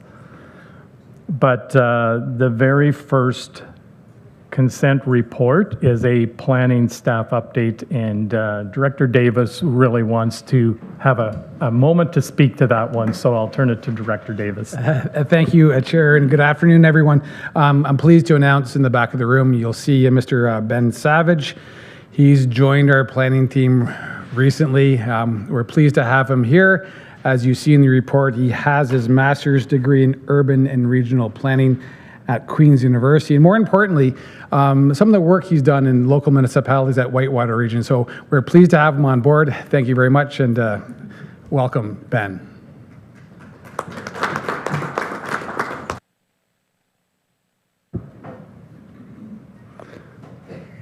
And I think you told me, Director Davis, that he's residing, is it in Eganville or close to Eganville? Very soon in the village of Eganville. Welcome, Ben. Thank you. Great to have you on board. And actually, I'm going to ask Mr. Davis to just speak briefly as well to the special meeting of Development and Property regarding the official plan. So you'll recall in the previous meetings to talk about the HYPE program, Helping Your Place Excel. Part of the process through the planning process is to have a public meeting, and you'll see in the committee package, June 12th is that special committee meeting, so keep that in mind for that event. Thank you, Chair. Thank you, Director Davis. And actually, the third item as well is the air photography update, the drape imagery. And Director Davis just wants to take a few minutes of your time to do a very quick presentation on what that involves. Again, thank you, Chair. I'm just going to try and share my screen if I can. So in this presentation, if I can get it up, but if I have to, I may have to defer this to a different time. It's technical difficulties in my end, but we're pleased to announce the completion of the digital raster acquisition project for Eastern Ontario, or DRAPE, for 2023. The air photography was captured back in 2024, I should say. We have received this. Well, thank you very much, Tina. What you see here is an application created by our GIS team, Angie Schultz, our GIS coordinator. And on the screen, and what you have in your committee package, is a link to this web application. And so what the GIS team did was to compare the 4 digital raster acquisition projects, the imagery for the different years. So what you see on screen is bottom right-hand corner is the 2008, bottom left-hand corner is 2014, the upper right-hand corner is the 2020, and the most recent air photography is the 2024. And in this comparison, it's a kind of a neat comparison. So when Tina zooms into a certain area of Renfrew County, it shows the change through time. When you zoom in, all screens zoom into the different time periods. And what planning staff, public works staff, the ratepayers, what they use this for is change detection. We've done this in the past, this demonstration, where we've shown, especially in the town of Arnprior, the town of Petawawa, how much development has occurred in planning processes, whether it's subdivisions. The Highway 17 in 2008, Highway 17 was not twinned in Renfrew County. So when you zoom into Arnprior, in the 2008 air photography is a 2-lane highway. And now what we have in the subsequent air photography is a 4-lane highway. And of interest, it's just not in the urban areas. What you see here when you do the comparisons, you see in the agricultural and the forestry sector the changes that have occurred in almost 20 years of the different air photography. So this is the benefit we have when we partnered with the province way back in 2008. And more importantly, in this acquisition, the 2024, the province has paid for the full service. When we first purchased this as a shared service with the province, it cost the County of Renfrew $40,000 at the time in 2008. 2014, it was around $27,000. And as we move forward in 2024, it's free in the sense that the province is picking up the full tab of the air photography. And they do have a plan as an imagery plan to move forward every 5 years to capture air photography. So you'll hear about this more and more. So this, not necessarily the quadrants you see here will be on our website for a long time, but the new air photography of 2024 will be on our public website to be used by the public and local municipalities. So thank you, and I took a little longer than 2 minutes, but thank you. Thank you, Director Davis. And I will open it up for questions on the first 5 consent items, 1 to 5, number 5 being the Economic Development Summit in plan for November. Councillor from Adamson Brumley.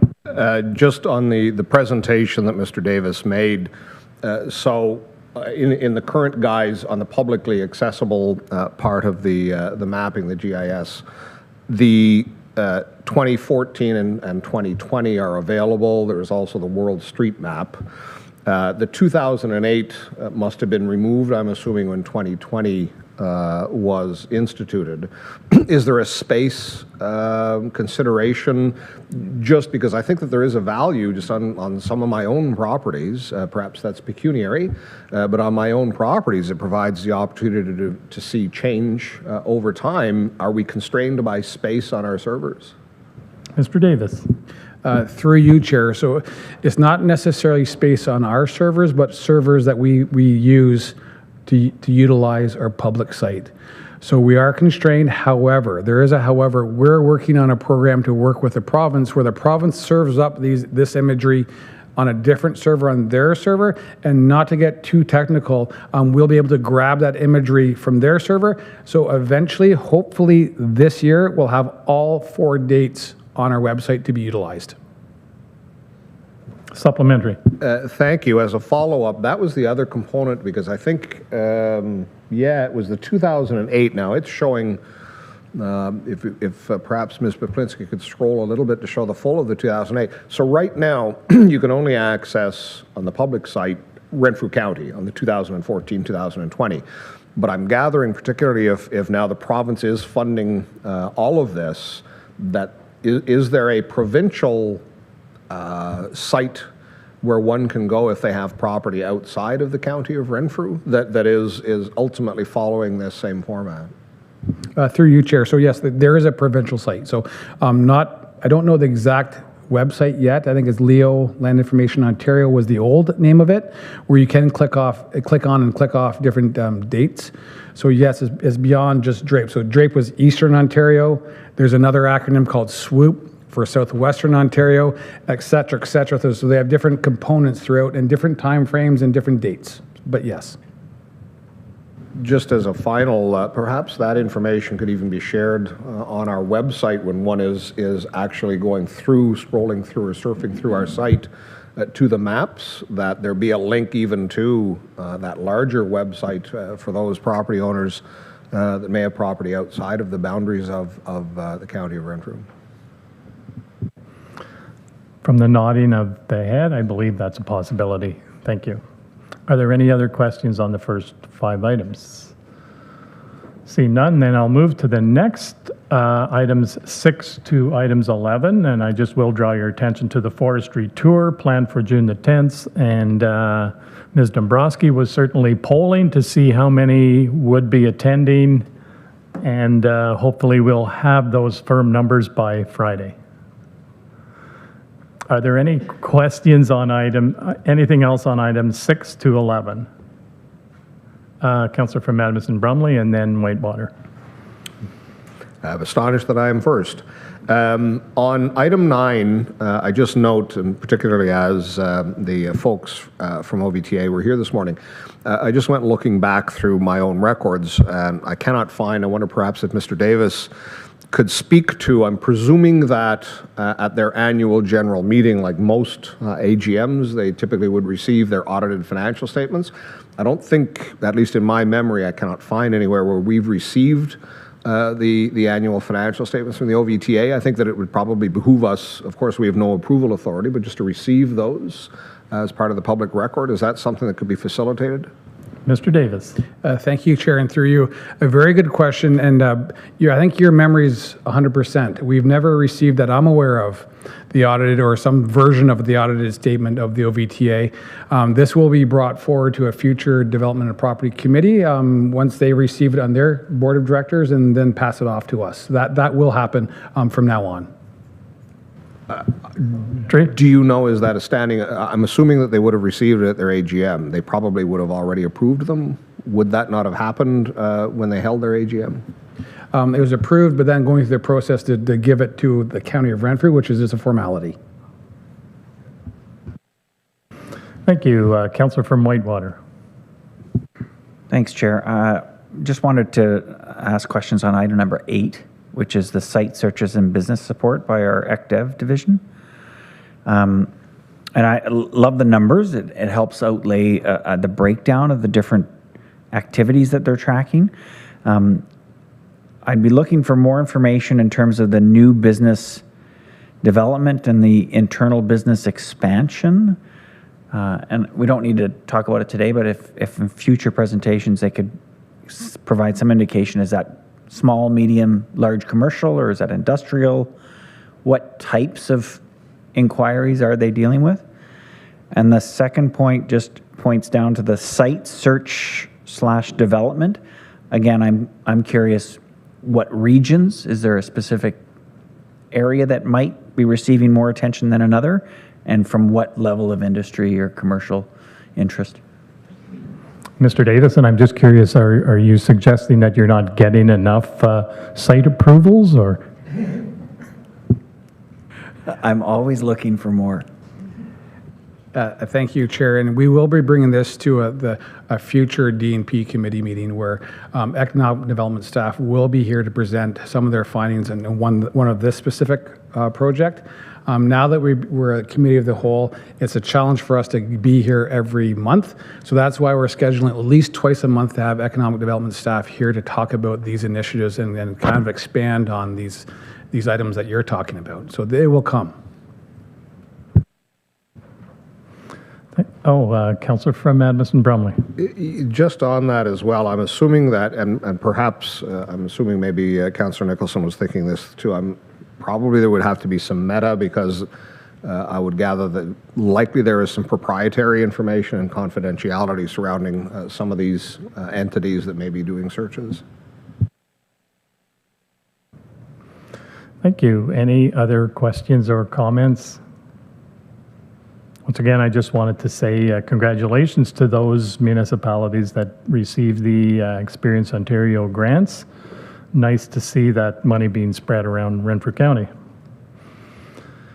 So we'll move to items number 12 to 17. Any comments or questions on any of those items?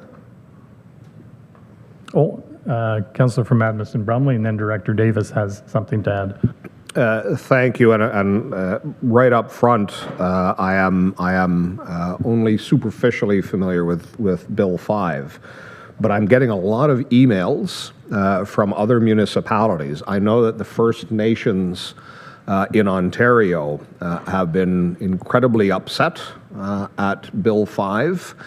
And so it's only received wisdom that I am raising this question, because I know that there has been presentations made to whether it be committee or council, but I'm having some significant reservations about what the intent of and what is the possibility of Bill 5. By now, I think I probably, and you will all have been the same, everybody in the room, I think now I'm up to about 6 different municipalities have forwarded resolutions expressing grave concerns with Bill 5.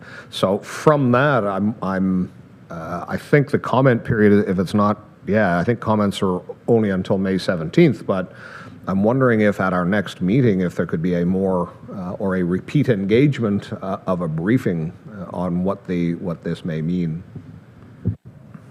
Thank you. And Councillor from Boncher Valley. Thank you, Chair. Just in response, I think in the last hour, we all got an AMO blast with their comments towards Bill 5 and I believe Bill 17. Thank you. So I don't want to comment, but I think that AMO policy is amazing at drafting what they think, speaks for all of us. So I'd like to hold any comments until we have an opportunity to read what AMO's put forward. You don't have to break stuff over there, Lee. And I believe, Director Davis, that's something you wanted to speak to as well. So, I'll turn it over to you. If I could, Chair, through you. So Bill 5 is interesting in the sense of what we brought it forward to this committee and county council, specifically for the endangered species aspect. In the past, the county council has been very, I'm going to say, blunt with some of the comments to give back to the province about the species at risk legislation, the protections, and so we were kind of focused in specifically for the forestry aspect. If you recall back, the Blandings turtle, the butternut protection, things like that, and most recently the black ash. Lacey Rose, our county forester, was here to talk about the implementation of how they would do this, and we still don't know what the province will do in this Bill 5, so it will be interesting to see what AMO has to say on Bill 5. And if I may, Chair, just to change topics if I could, just to highlight number 12A. It's interesting, and it's a good news story where through Lacey Rose, we'll have a bit of a conference here next year for the Ontario Professional Foresters Association here in Renfrew County. So keep that in mind. It's a good news story. We're looking at 100 to 200 delegates to come to the Renfrew County to highlight what we can do here in Renfrew County for forestry. So thank you, Chair. And Councillor from Edmonton Brumley. Thank you so much, Chair Brose. Just to follow up again on 14, I'm certainly cognizant and sensitive to that I'm not opposed to careful consideration on the Endangered Species Act. The reason I brought this forward, and I'm similar to my colleague, Councillor Murphy, my intent is not to engage on this today, but I want to be very careful that we do not throw the baby out with the bathwater. If there are specific things that may appeal to us in this, I'd like to have a firmer grasp on what it looks like holistically as well. And those are the thoughts and concerns that are being expressed in the resolutions that all of us are receiving. And I assume that there are municipalities probably that are not distributing them as widely. So I'm wondering, as a direct, if in fact a presentation could be made, a delegation may be made to our DNP meeting that would be in June, whatever the date may be.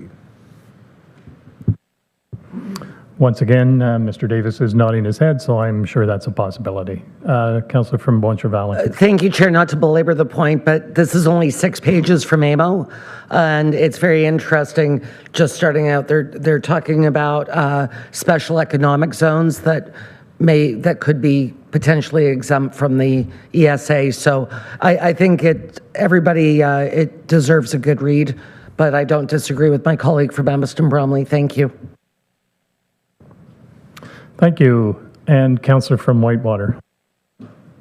Thanks, Chair. Just wondering, I kind of share the same points has been raised already. Just, I don't understand enough about item 14 to be able to form an opinion on it. I'm wondering if we can sever item 14 from the consent agenda and bring it forward to the next DNP committee as part of that delegation, and we can consider it then? but just to make sure it's tracked. But anyway, I leave it to you, Chair. On a point of order, I don't think that if my recommendation on directing staff to bring it forward, I don't perceive it needs to be severed. I don't anticipate. I am ill-equipped to debate the matter today whatsoever.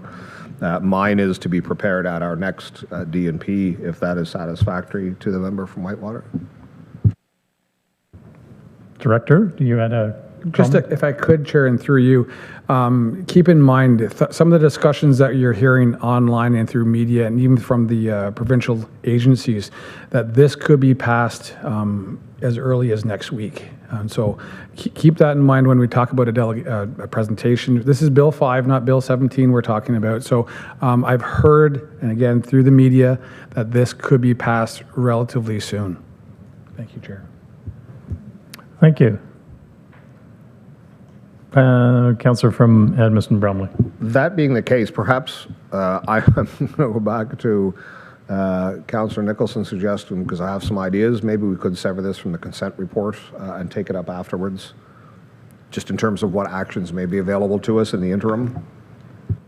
But if I may, Mr. Chair, it still doesn't afford us the time to find out what AMO, who is the body that we pay to do this kind of work, it doesn't give us the time to fully absorb their comments and what they're saying to the province.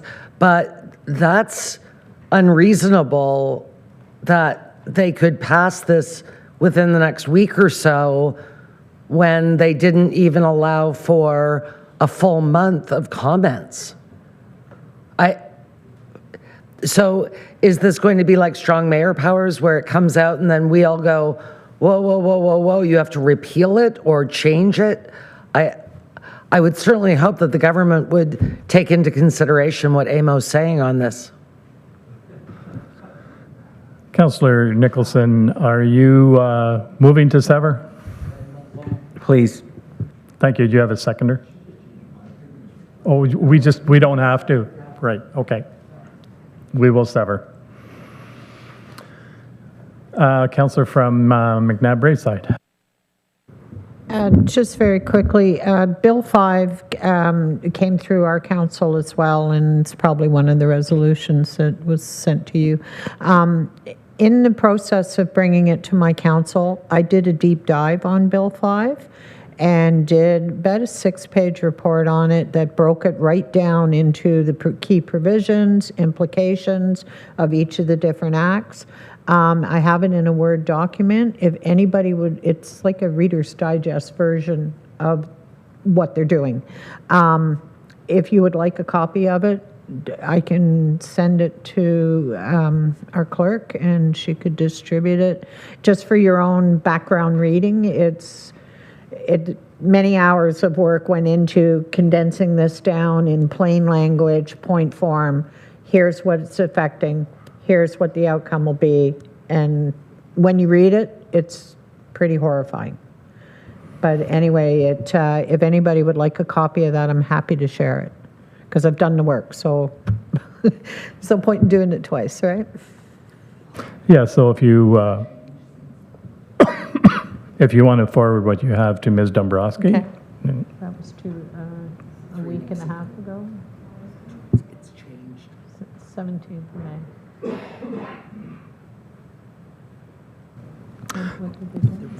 Thank you. So I think we will move forward. The notice of the OPA 47 public meeting is attached as information. And then we will move, first I will need a, excuse me. I'll need a mover and a seconder to accept the consent reports with the exception of that item on the endangered species.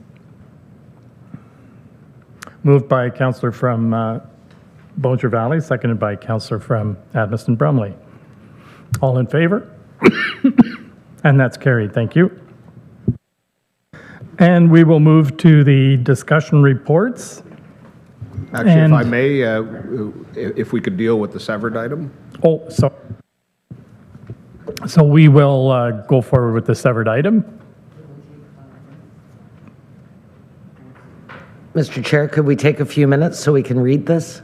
Okay. Actually, before we do that, my recommendation was, I was going to move that we simply direct over the warden's signature, or in this instance, the acting warden's signature, a letter requesting that the province defer approval.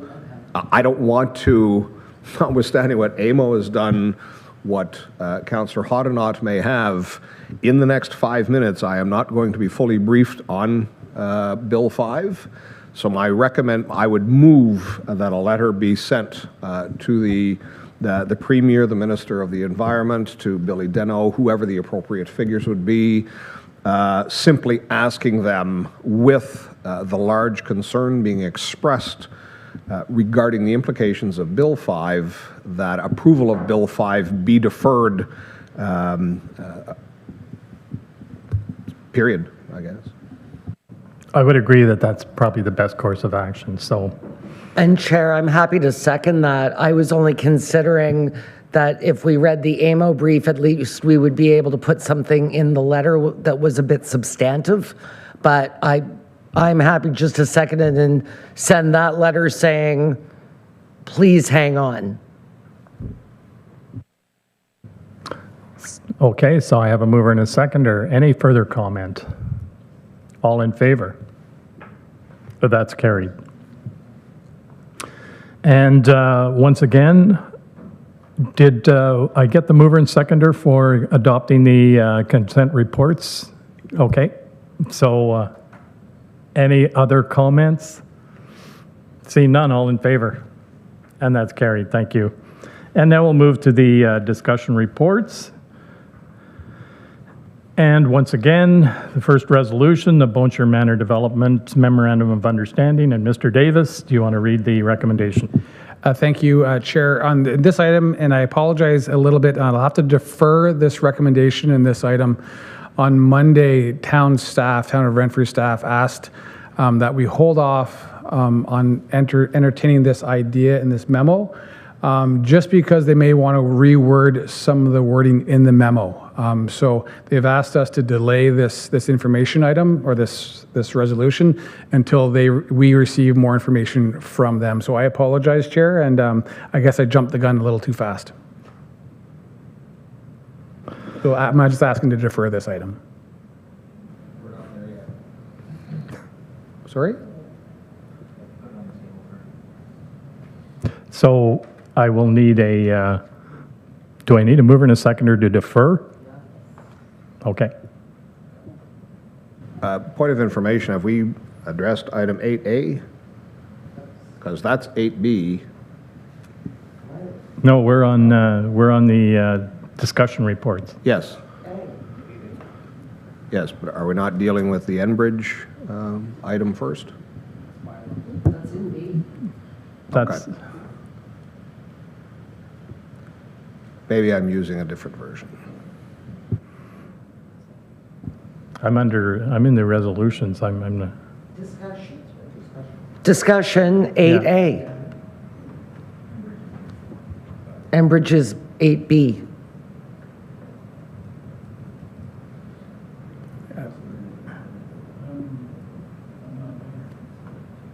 Am I seeing something different than on my, sorry, Councillor from Whitewater? Just a point of clarification on the procedure. Do we have to take this recommendation, put it on the floor, and then defer it? Because it is in the agenda? So we don't have to vote? So the clerk is telling me we can defer without a recommendation, or without moving or seconding? On a point of order, I would disagree, Mr. Chair. Once the agenda has been circulated, and particularly when it is public, it is now before even though it has not been moved, it is an agenda item, and I don't think it can be removed except by the will of the committee. Councillor from BV, are you moving? So I would suggest that a mover and seconder get it on the floor, and knowing that our staff are recommending that it be deferred, we defeat it. It is a recommendation on, and so if Mr. Davis would read it into record, we can defeat it and then bring it, or defer it. Yeah. I mean, it would be, I'm sorry, wouldn't it be a new ask of the town of Renfrew? If the ask that's on the floor right now is incomplete or isn't what they want, wouldn't they resubmit? Like, we don't have to defer, wouldn't it be them, the town that would defer? Or the town that would re-engage the county with their ask? And so if I may, Chair, and through you, so the recommendation is based on the MOU that they supplied to us late last week. So the resolution will still be the same whether they give us a new memo, but the information in the memo will be different, but I can still do and read it and have the process take place. But this recommendation is authorizing the signing of the memorandum of understanding, which will be different, I'm assuming. Yeah, you're correct. So Yes. it will be version 2 or version 8 or whatever the town submits. So I'm not sure that we even have to defer if we don't know when the town of Renfrew is resubmitting their ask. Just my thought. So I'm looking to the clerk. So do we put it on the floor and defeat it? Is that the easiest path forward? No.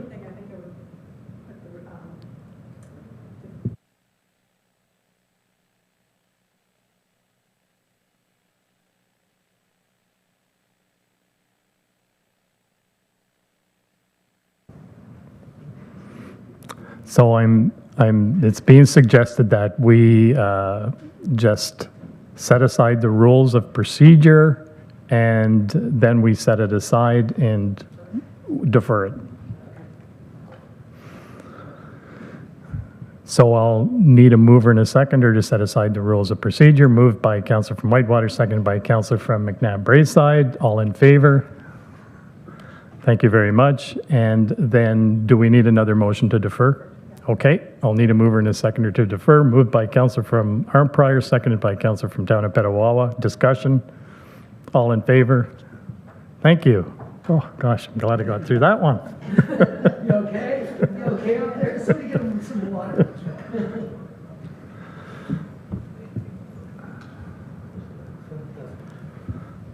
So I'll go back to you. Oh, sorry. Councillor from Killaloe, Haggerty, and Richards. Thank you, Chair. Just going back to the agenda, where are we? Depends which version you're looking at. Okay.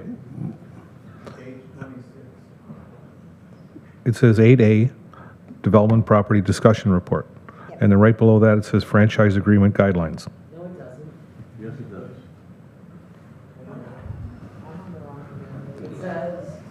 It says Memorandum of Understanding, Town of Renfrew, Correspondence, Bill 17, Watson and Associates, Preliminary Assessment of Bill 17, and Building Faster and Smarter Act.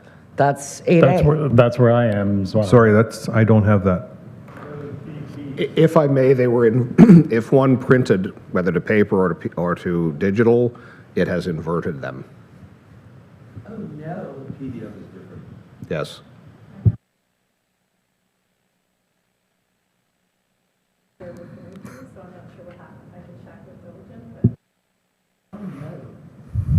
So, more confusion in my life, but Ms. Dombrowski said that she's going to check and see what's going on. If I may, Mr. Speaker, I think, or Mr. Chair, I think that the diligent agenda, if there is a disagreement between the pump and what it says inside the shop, the pump takes precedence. I would say that the diligent agenda is the agenda where we work by. That one, we are following it.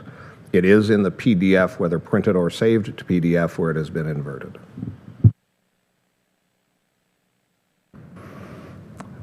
Thank you. So now we're moving to 8B.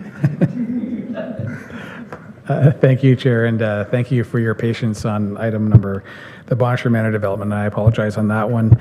And I guess we're still working through the diligent, I'll call them headaches, to say the least. Item number 2 under resolutions. Sorry, Ms. Van Starsenberg.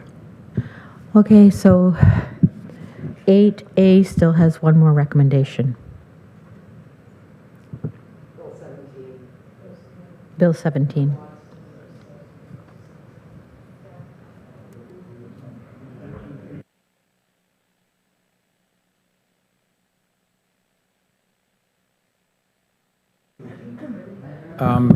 Would you like me to read it? If I may, Chair, and just ask Evelyn, so on Evelyn, just for clarity, I'm talking about item number 2, Bill 17? Correct. Yeah. Oh, but that's 8A still. We're not into bylaws yet. I'm still with you, I think. One is Enbridge, and the second was the Ontario Eviction Treatment. We didn't deal with the petition.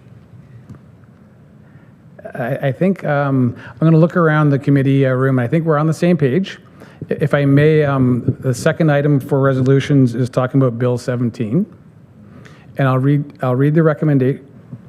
But I think the people who have PDF'd it, it's under their B, not their A.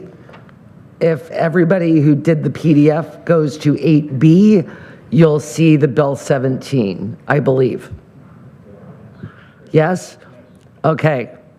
So everybody that did the PDF or printed, you're on 8B. Anybody that's indiligent, we're in 8A. For everybody, we're dealing with Bill 17. Thank you, Committee of the Whole. Thank you very much. I appreciate that. And maybe what I'll do is I'll read the resolution and the recommendation that the Development and Property Committee recommends to County Council to direct staff to review Protecting Ontario by Building Faster and Smarter Act 2025, Bill 17, and if necessary, that staff provide comments consistent with past recommendations or positions. Thank you. You've heard the recommendation. Can I get a mover and a seconder while I still try to find my spot? But moved by Councillor from Laurentian Valley, seconded by Councillor from Killaloe, Haggerty, and Richards. Background, please.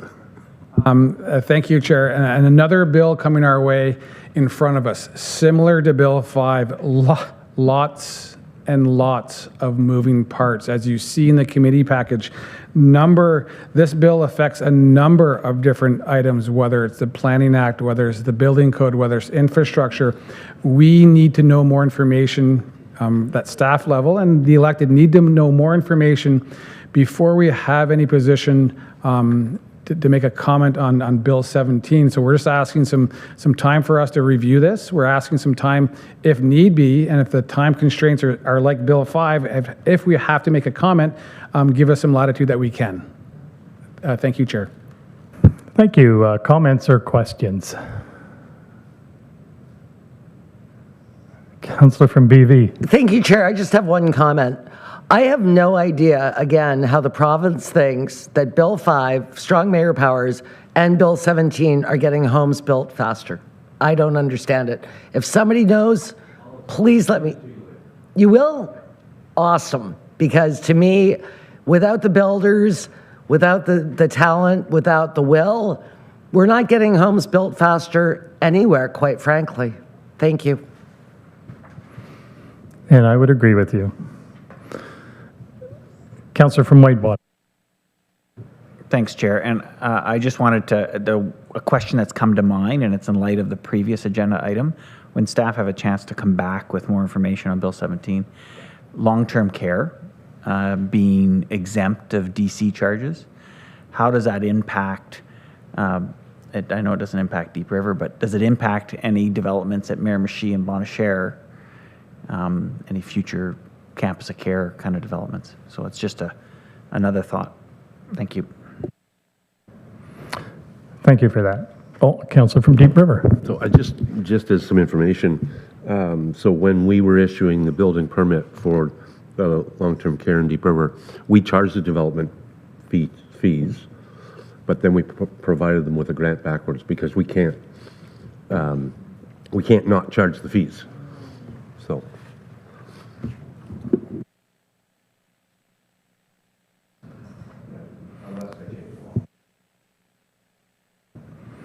Thank you.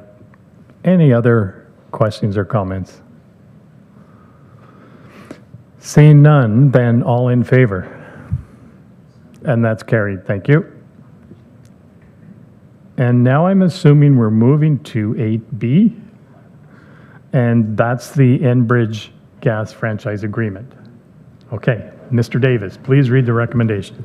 Thank you, Chair. And we're in the bylaws, Enbridge Gas Franchise Agreement. I'll read the recommendation. That the Development and Property Committee recommends that County Council approve the draft bylaw and franchise agreement attached hereto and authorizes the submission thereof to the Ontario Energy Board for the approval pursuant to the provisions of Section 9 of the Municipal Franchises Act, and that County Council requests that the Ontario Energy Board make an order declaring and directing that the assent of the municipal electors to the attached draft bylaw and franchise agreement pertaining to the corporation of the County of Renfrew is not necessary pursuant to the provisions of Section 9.4 of the Municipal Franchises Act. Thank you. You've heard the recommendation. Do I have a mover and a seconder, please? Moved by Councillor from Petawawa, seconded by Councillor from Laurentian Valley. And background, please. Thank you, Chair. And hopefully a quick background. You recall 2 weeks from today, or 2 weeks ago today, we had Mr. Chris Brennan here from Enbridge Gas to talk fulsomely about this franchise agreement. We entered into an agreement 20 years ago in April, and so we're just basically renewing this agreement, and everything's been going through the Ontario Energy Board. Thank you, Chair. Thank you. Questions or comments? Seeing none, all in favor? That's carried. Thank you very much. Next item is the lease agreement, Ontario Addiction Treatment Centre. Mr. Davis, please.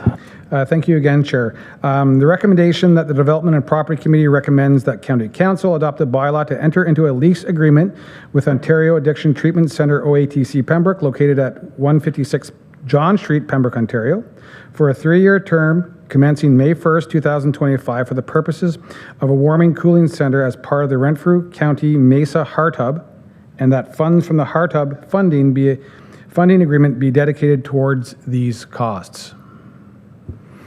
Thank you, Mr. Davis. Questions or comments? Oh, sorry. First, I need a mover and a seconder. Yes, sorry. Moved by Councillor from Laurentian Hills, seconded by Councillor from Head, Clare and Mariah. Background?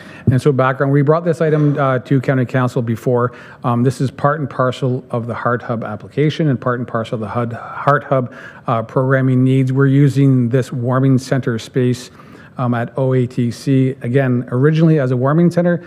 Now that we have Heart Hub funding, we're going to expand this as a triage or a first intake area as we move forward. So we're just looking to finalize and firm up the lease agreement. The first lease agreement we had with OATC was for a very short term, that is, 4 months, and now we're looking for a 3-year term to correspond with our Heart Hub funding from the province. Thank you, Chair. Thank you, Mr. Davis. Questions or comments? Seeing none, all in favor? That's carried. Thank you. We have, do I need a mover and a seconder to adopt the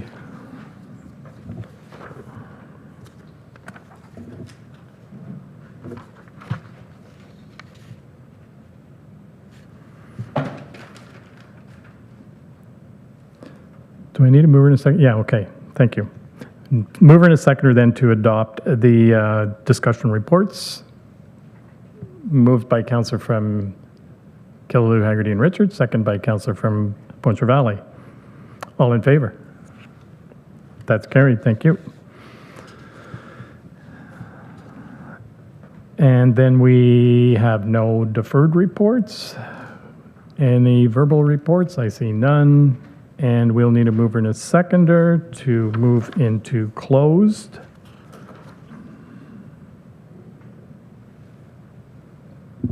And I'm looking for, where's our,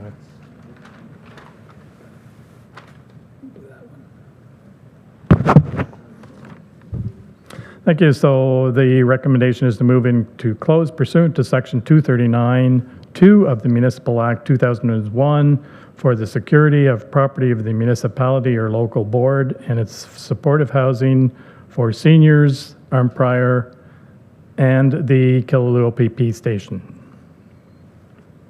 Moved by Councillor from Brudenell. Councillor from Laurentian Valley. All in favor? That's carried. Thank you. We are now closed.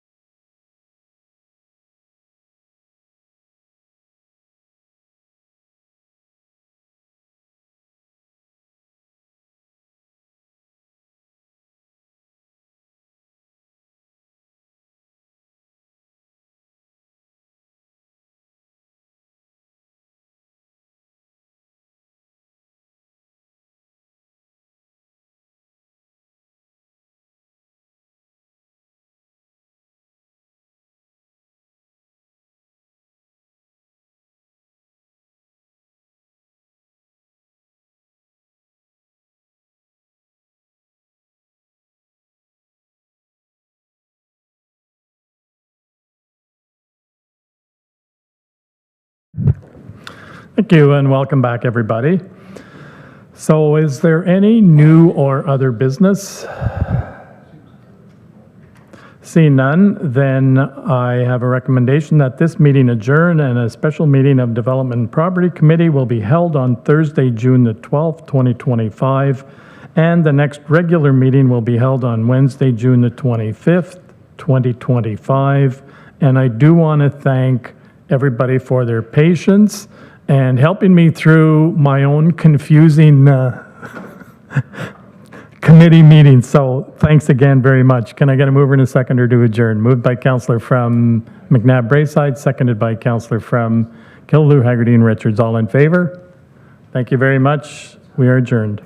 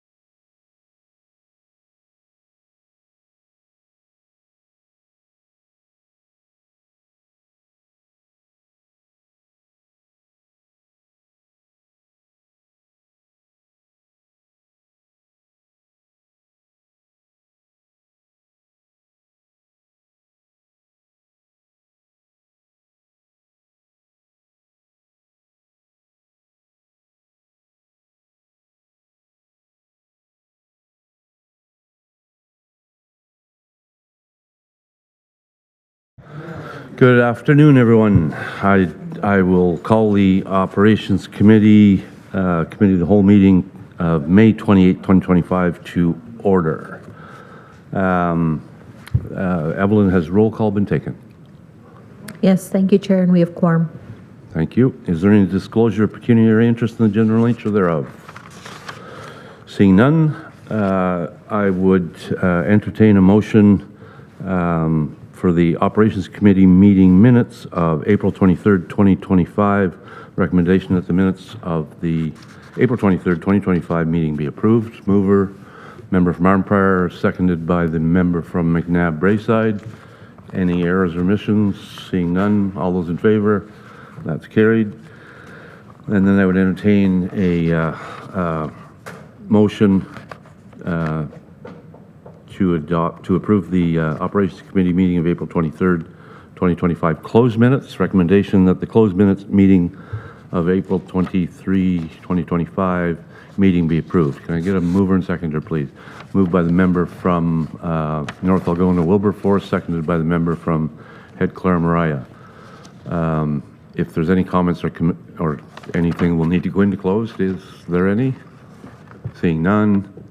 All those in favor? And that is carried. We will move on. We have no delegations or presentations listed. We have no communications. Consent report. The operations consent report. I was going to give you the page number, but I don't see it. Hang on a sec.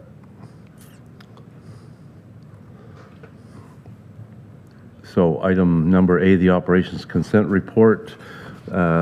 You'll see item number 1, the capital program variance report.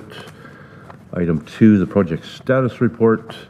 Item 3, the projects that were awarded under delegated authority. And there was that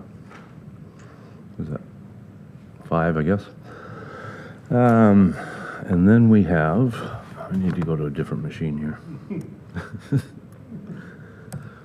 Because I'm sitting sideways. Yeah, so is there any, so that's the consent report. Are there any questions on any of the items on the consent report? Member from Admiston Bromley. Thank you very much, Mr. Chair. Just on item 3, just one item specifically. It is the 4th item, the roundabout. So this is just there is no real financial impact. This is a confirmation of the monies that we were anticipating receiving as the provincial contribution, correct? I believe, yes, it is. Yep. Thank you. Okay. Anything further on any of the items in the consent reports? Seeing none, I would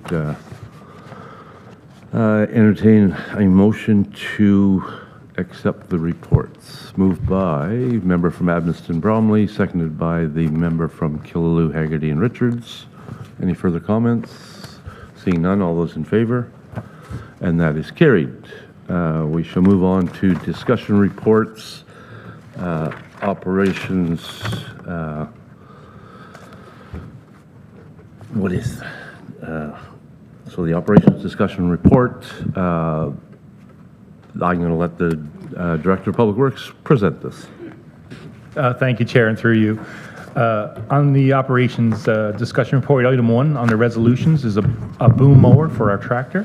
And the recommendation here is that the Operations Committee approve the award of contract PWO 2025-11 for the purchase of a boom mower from Callaway Enterprises 2012 Limited, Cortland, Ontario, in the amount of $49,998 plus applicable taxes, and that the purchase order be issued to execute the contract.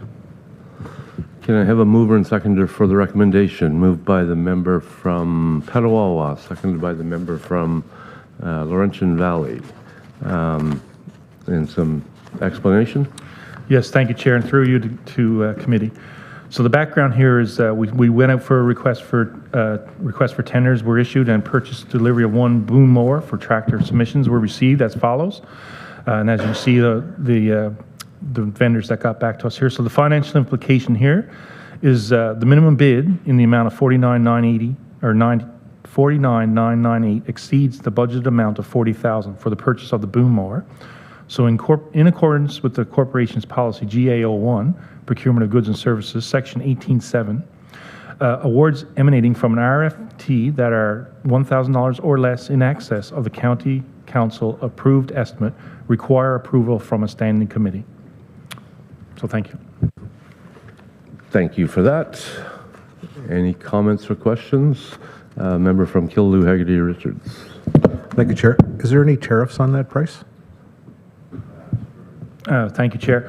Not that I'm aware of, not yet. We're still, my understanding from our vendors is we're still using the inventory that they have in stock for some items. We haven't been affected yet. Okay. Anything further? Seeing none, all those in favor? And that is carried. And then we will move on to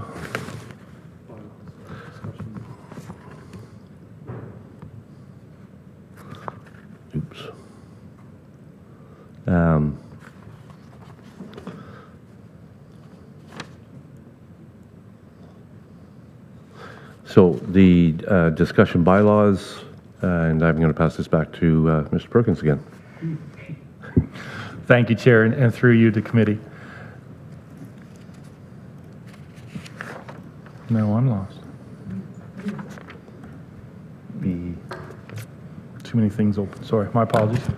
Bylaws here, item number 2 is off-road vehicles on County of Renfrew Road. So the recommendation here is that the Operations Committee recommends that County Council adopt a revised bylaw to regulate the operation of off-road vehicles on County of Renfrew roads, and that bylaw 9124 be repealed. Thank you for that. Can I get a mover and seconder for the recommendation? Moved by the member from McNabb Braeside, seconded by the member from Bonnechere Valley. Some details? Thank you, Chair. The town of Petawawa reached out to us a number of weeks ago and asked us to look at certain county roads to allow off-road vehicles accesses. The list of the roads are there. They also requested that 2 crossings be considered. So we reviewed this. Our technician, Nathan Kuyak, has reviewed it, and we are in support of this request. Thank you. Thank you for that. Any comments or questions? Seeing none, just a comment. Deep River did this, I think, a full year ago, and have had very few problems, so if any, for that matter. Anything further? Seeing none, all those in favor? And that is carried. And then we'll move on to the next item. Thank you, Chair. Item 3 is the supply and delivery of bulk coarse highway salt. The recommendation here is that the Operations Committee recommends to County Council that contract PwC 2025-37 as submitted by Windsor Salt Limited of Mississauga, Ontario, for the supply and delivery of bulk coarse salt, highway salt for a 2-year period in the amount of $3,918,000 or $915 plus applicable taxes be awarded, and that County Council adopt a bylaw to execute the contract. We have a mover and seconder for the recommendation, please.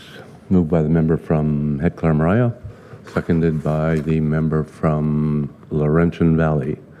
And some background. Thank you, Chair. So the background here is the existing supply and delivery of bulk coarse highway salt contract has expired, and a request for tender was circulated for public bidding. The term length of the tender is for the 2025, 2026, and 26-27 winter seasons, with the option to enter into 3 one-year extensions. And 2 submissions were received. We did use bids and tenders and Canoe, so we did go through electronic pricing as well as submissions.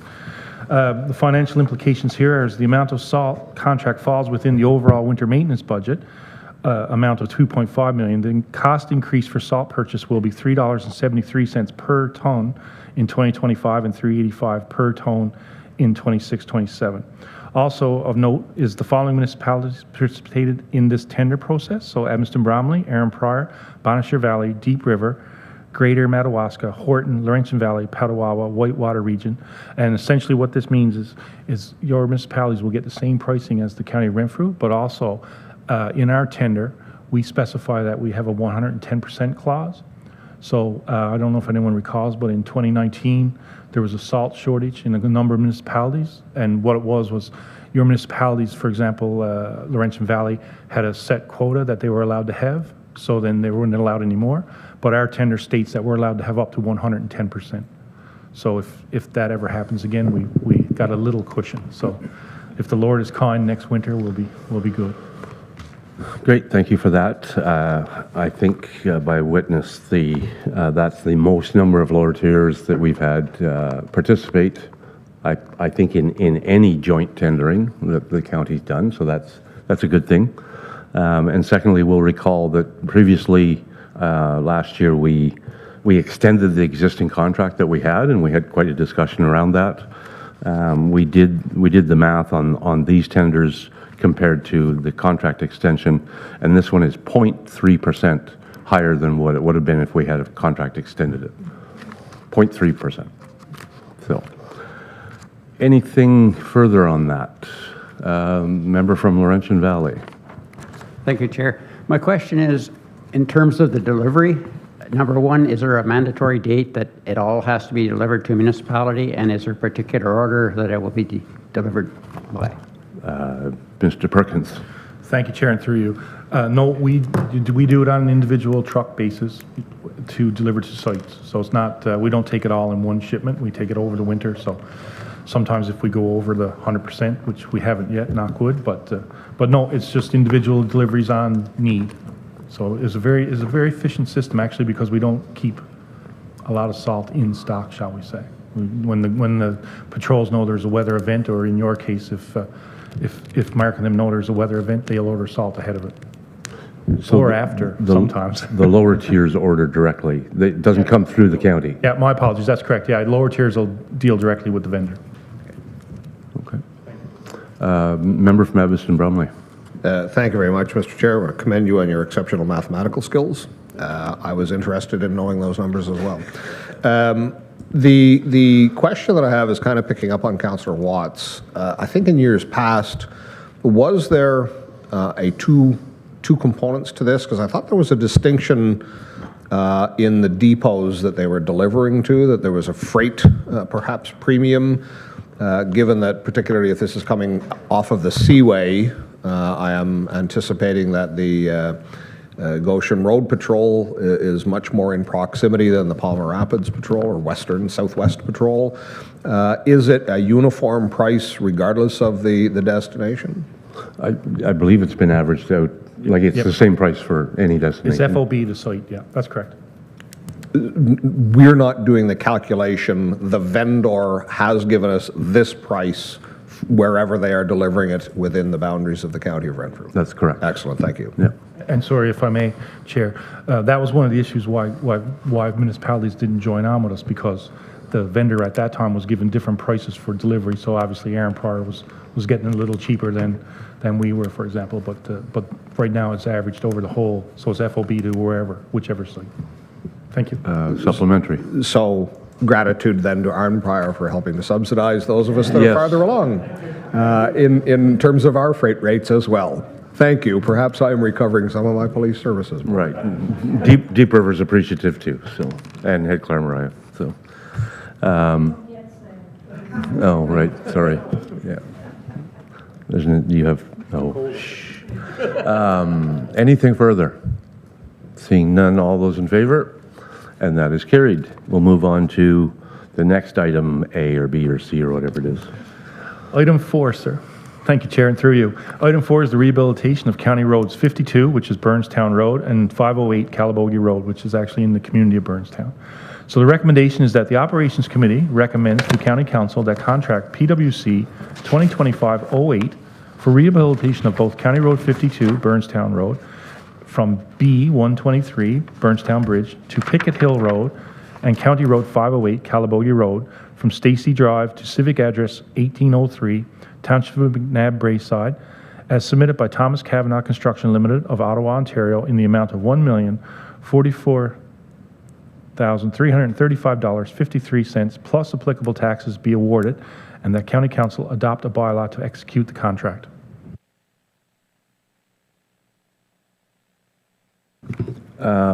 Thank you for that. So, make sure I'm on the right one here. So this is, yeah. Oh, no, sorry, this is County Road 52 and 508? Okay. Yeah, can I get a mover and seconder for the recommendation? Moved by the member from McNabb Braeside, seconded from the member from Arnprior. And background information? Yes, thank you, Chair. And as you can see from the RFT went out, and these were the bidders that were on it. As you'll notice, it's very competitive pricing, which is helping us quite a bit this year, thankfully. In this one here, County Road 508 and from Ripple Road, or Ripple, whatever it is, to County Road 52, Burnstown, a distance of 1.38 kilometers, was budgeted for rehabilitation in 2025. During design, it was identified that the storm system was in failure. So what our staff did was they actually cut back the distance for the project to make it fit the budget that we had. Again, we weren't aware that the storm system was going to need to be replaced, but we figured we're doing the road, so we might as well fix what's underneath it so we don't come back, dig it up the next year. So that's why you'll see there's a difference in the scope on this project as well. So with the numbers that the team was getting this year, they redid the estimate and figured out it might potentially, if we went for the full project, it would have been 1.38 million over budget. So they readjusted it because of the storm system, to add the cost of the storm system in. So now we're just over $300,000 over budget on this project, but we did cut it short. However, again, because the math is 8 weeks old, so if you'll recall, 8 weeks ago we were in here telling you that we were $700,000 over budget. Now we're $800 and something thousand under budget. I know, it's a miracle. But again, you see there's very competitive pricing. When we reached out to the contractors, they told us that they're being very competitive, thankfully. They're being great to us, just great. Yes, I throw that in. So anyways, the thought is we may come back to extend this project back to what it was originally. So we just want to leave that in your minds for later in life. So the financial implications are that the 2025 budget for the tendered section of County Road 52 is $262,700, and for County Road 508 is $698,280 for a combined project of $960,980. A comparison to 2025 budgets below. So as you can see, we're over budget, and we need to come to you for over $100,000 in excess. Please. So thank you for that. So if I just summarize that, the scope of the project changed because we found out there was going to be more work needed to be done, which was way over budget. So we scaled it back, but it still came in over budget, but closer. Okay, just so I understand that. And then in the meantime, we figured out that we had more money in our capital works overall. So there may be some opportunity to do the whole project. Is that clear for everyone? Okay. Okay. Any comments, questions? Member from where are you from? Member from Edmonton, Bromley. Thank you. I just wanted to, I had done it on my variance report just for my own purposes, but there still remains, I know in speaking with the director, some tenders have now come back. They were not ready yet. They will, at our ensuing committee meeting, we will be hearing them. But ultimately, on the variance report that we're looking at today, there's still 44% of our works are outstanding, or over $11 million. Now, if in fact the trend that we have been seeing does continue, then I'm fairly certain that we should be able to find the resources to complete the project as it was initially scoped, with the added unexpected work with the waterworks, the drainage works, but there is still a substantial amount outstanding, so it does remain to be seen. Yes, and that's correct. And it's the plan, or the hope is that our projects keep coming in. That is the trend. They're coming in under what we've budgeted. So it seems to be a very competitive landscape right now. Like MTO is not doing very many projects and that, so I think that all of these companies, contractors have capacity, so they want to get these jobs, so, which is it's good news for sure. Anything further, supplementary? Just to follow on the very specifics of the unanticipated works here, was this premature? Do we have any concerns that there are elsewhere perhaps any storm drainage works that we do not wish to be surprised? I refer typically in my own municipality. Are there minefields out there? Are there things that we don't know that we don't know? I wasn't issued the crystal ball, but maybe I'll ask Mr. Henrath. Thank you, Chair. Through you to committee. So we do have an inspection routine for our storm sewers typically. In this case in particular, because it's such a small hamlet, it got missed as part of the storm sewer inspection procedures. And because it's such a small section of road, it doesn't get separated out to an urban cross section, as does happen with a number of our other road sections. Going forward, we will have it separated so that it's viewed as an urban section of road, and this is taken into consideration in benchmark costs in the asset management plan going forward.